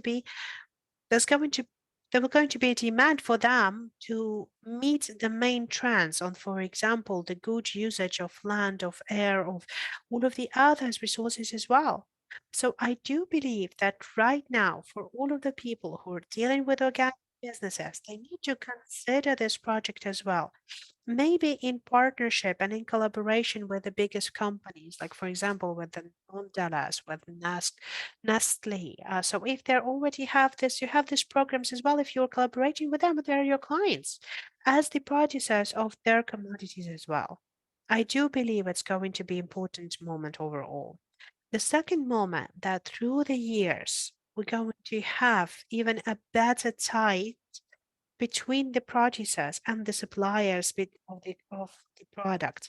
There's going to be a closer collaboration. Why? Because the final result will definitely depend on how all of these steps in this chain are going to meet the organic philosophy ideas. I agree to what Victoria has said that we're going to have a broader understanding of what organic product is about.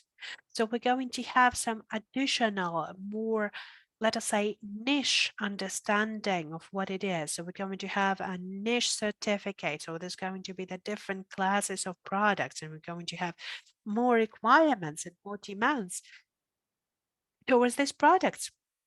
Why? Because there's going to be a different culture, the food culture overall. And I do believe that the whole convention, the whole conventional products, well, like at least most of it, the whole conventional products that are going to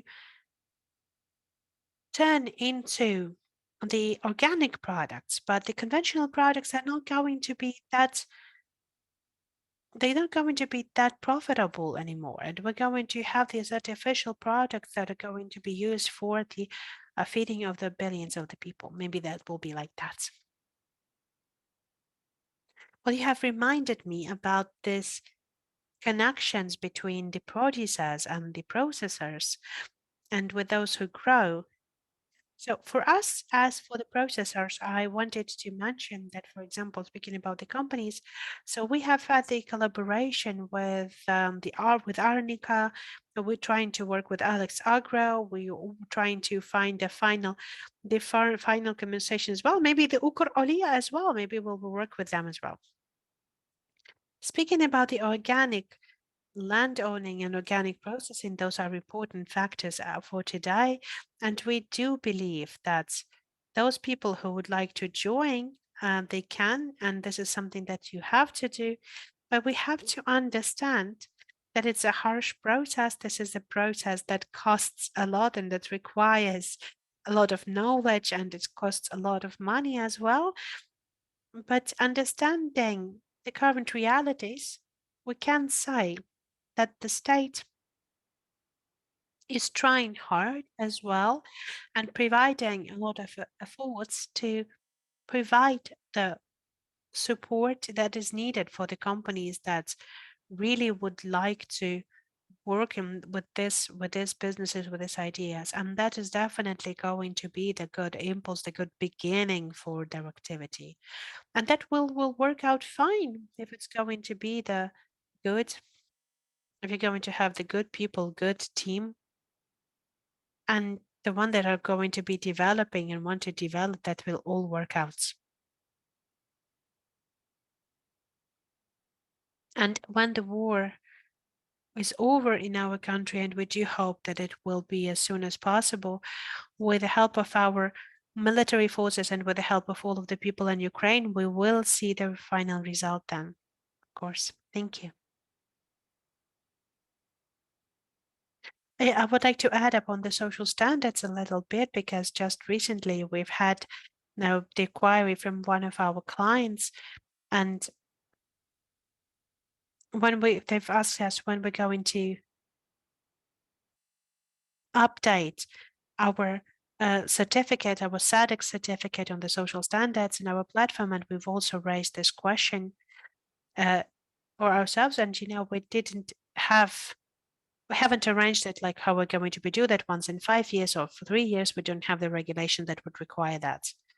And we didn't have the specific period approved for that, but we've made a research with our clients, and we have outlined pro and cons of all of our ideas, what we have in our country, what we have in our reality overall. So what we can do and how we can also work with the IETPs due to the war. There are a lot of ideas that we're taking into work and into consideration. And we are providing, for example, the food supply for our employees already for 4 years already. We have all of the clothes provided for the production lines as well. So we have the social standards that we're keeping up to during our production as well.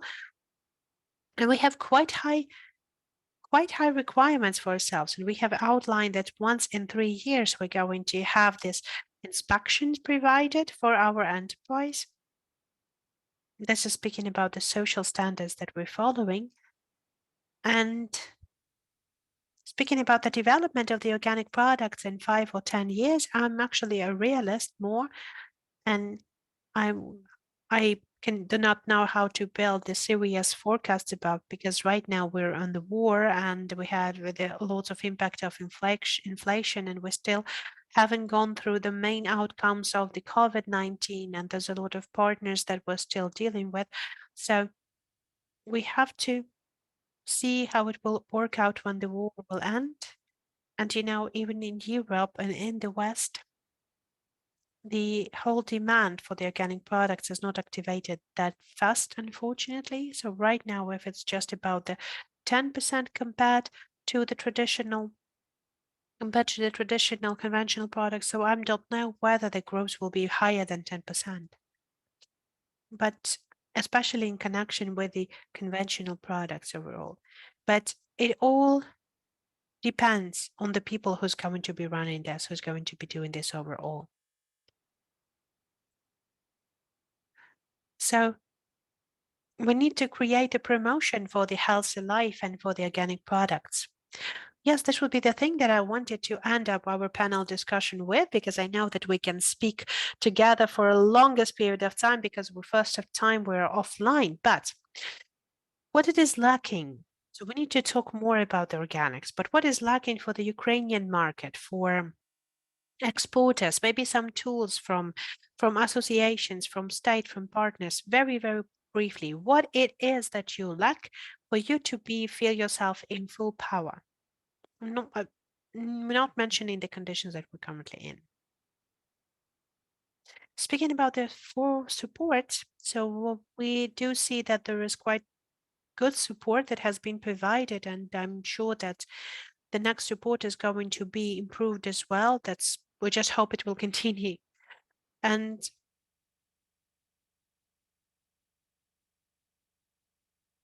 what was else? Like that was the main I've forgotten what was the main idea. Speaking on the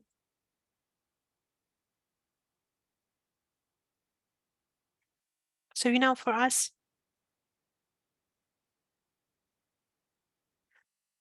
I cannot voice out this right now because basically we're still thinking about that, and we're still finalizing this idea. But of course, if we're going to see that we have all of the contacts, if we have all of the information that we might use, then of course we're going to be working together. We're going to be doing everything that is in our power to make the organics better. Just briefly. Yes, I can add up to briefly as well. So I do believe that it would be very important so that the state would support the non-organic farmers and conventional farmers to turn into organic farmers. That's very important for us as the processor, because that would change the overall market dynamics and it will give us more opportunities for the development of the exports as well. So another thing that I wanted to mention, speaking about our domestic market, what we need to do is to build this conscious understanding towards the organic products. And we need to promote them from the very early stage, from kindergarten to school, so that those products would be the part of our everyday life. And of course, we would like to see more support from the states or institutions or the public institutions for the development of the exports market, so that we would be stand up as one in a broader front, so we could so we can represent our products as well, and maybe we will have this kind of a package offer and we will be able to work with the international retail. That would have been very interesting because it's really hard with just one product or with just one category to keep it moving on and to conduct some kind of a negotiations. To have a joint position would have been very interesting. Yes, I think that we can speak a longer time of what it is that we're lacking, but I think that I would like to outline the most global moments in this case. For us, as for the company that is export oriented, the one thing that we're lacking is so that our country would be finally identified as the European country, so that we will not be identified as the third world country, so that we will not follow the regulations outlined for the third world country. Because through the years of the organic businesses in Ukraine, the companies have grown. We have very good image. We have very good reputation in the world. They know their clients know them. And this should be the image that should be following our organic cases. We really want to see more success cases. Want to, we know that we will be able to reach the retailers better, and we will be able to reach any kind of our customers better, because right now, unfortunately, we see this trend that the European products that has been grown in Austria, that is incredibly cool, and there is like a better soy than yes, but we're not going to be buying that from Ukraine, even though it's just the very same good quality soy as well. So we really want to see that changed, first of all. Yes, the first thing that I wanted to say that would be good if that Ukrainian or organic would be on the same level of the European organics as well, so that we would have our impact and inputs for the European market as well. It would be very good if we would be also presented in Europe and they would be presented, the products would be presented in Ukraine as well. We really would like to see Ukraine not just being a raw commodity base. We really would like to see Ukraine presented by the processed products as well inside of Ukraine. We really would like to see Ukraine nicely represented in the retail chains, to help with better advertising, I guess. And what would really help as well is for the promotion, not only in the European country, but all over the world, the support for the promotion as well. Well, the pricing policy of the organic products, that's something that impacts the possibility to buy it and sell it. So we need to have the competitive prices as well. We have to understand that has to be the competitive prices for the tradition, for the conventional products as well. For example, when we're speaking about dairy, for example, for butter or milk, then I prefer buying the organic products because there's not a huge differences in prices for these products. And I do believe that I'm making the right choice with that. But speaking, for example, for the local developments and developing the local ideas. So we need to promote the consumptions of the organic products, maybe through schools or kindergartens, and to also educate our children about it. There's no other way how we can do that. And the economy has to grow in Ukraine. So we will actually improve the buying capability of our people as well, so they could buy the organic products. Yes, thank you very much for this discussion. Do we have any comments? Yes, thank you very much. Thank you very much, Anastasia. My name is Alexander Alexandrovich. I am from the Ministry of the External Affairs, and are actually studying the international experience and the economy transformation. First of all, I would like to thank Olena and the team for organizing the Congress, and really wanted to also thank Marina, my colleague, for your presentation as well. Anastasia has mentioned, well, Anastasia has asked this question for all of the participants of this panel: what was the future for the organic farming and how should we get prepared to that? So understanding that and having this experience of how the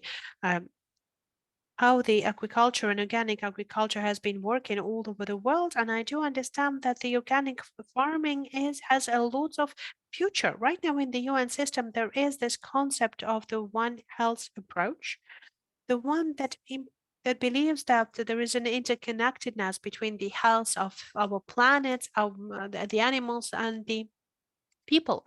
The FAO uses this approach, and the WHO uses this approach as well. The concept believes that we're talking about the microbiota in the soil. So we're talking about the living microorganisms that are introduced, that can be seen in the soils, and the microbiotas, microorganisms that can be found in the body of people, and they are interconnected.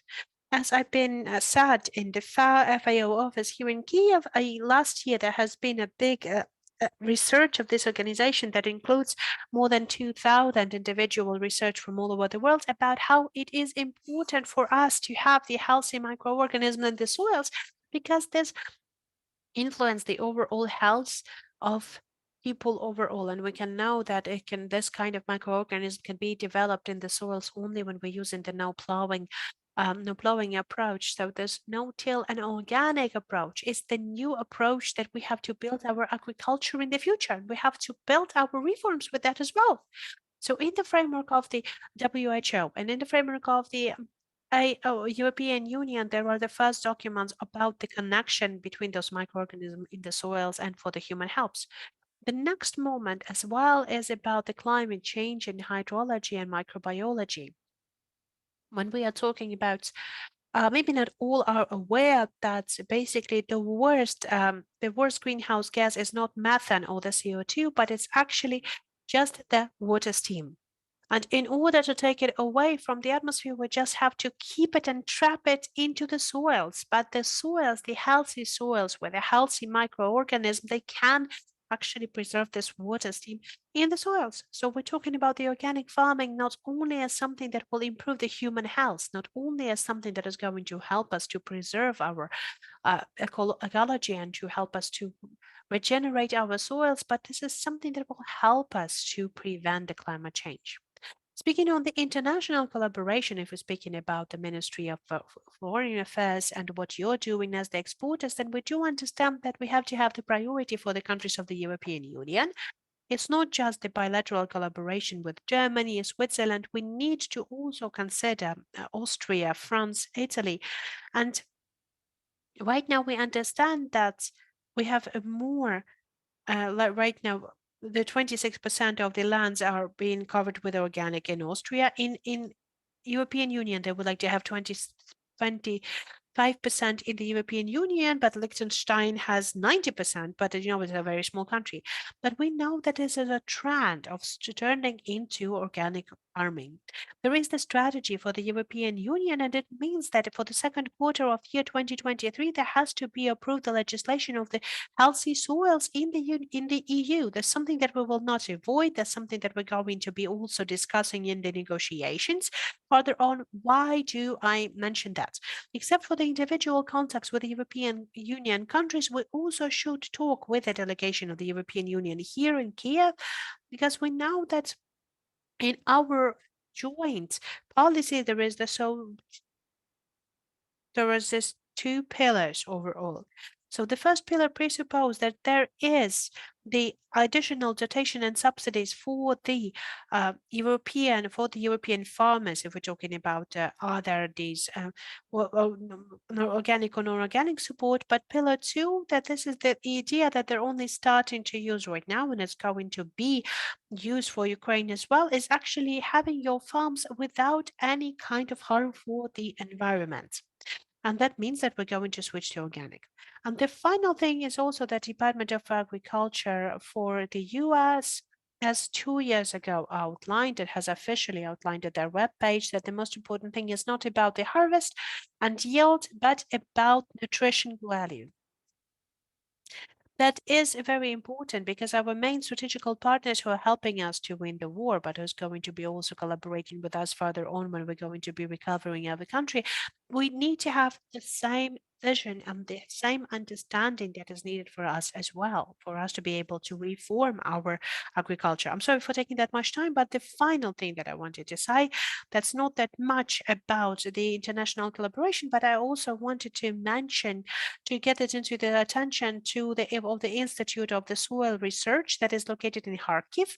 And with Professor Wolkerhorn, I'm going to share that you can just make a photo of this first prize and you can just find it in Google easily. What more I mean under this soil research?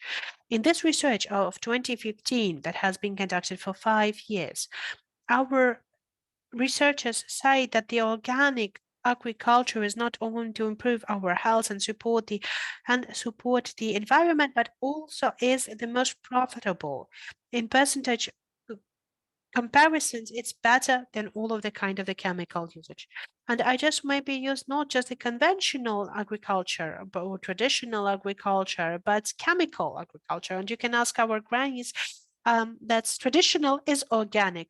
And the final thing, when I was the head of procurement for the Ministry of Ministry of Defense, if I was that person, and I would prioritize procuring the organic products for our warriors, for our military men in the front line. Thank you for your attention.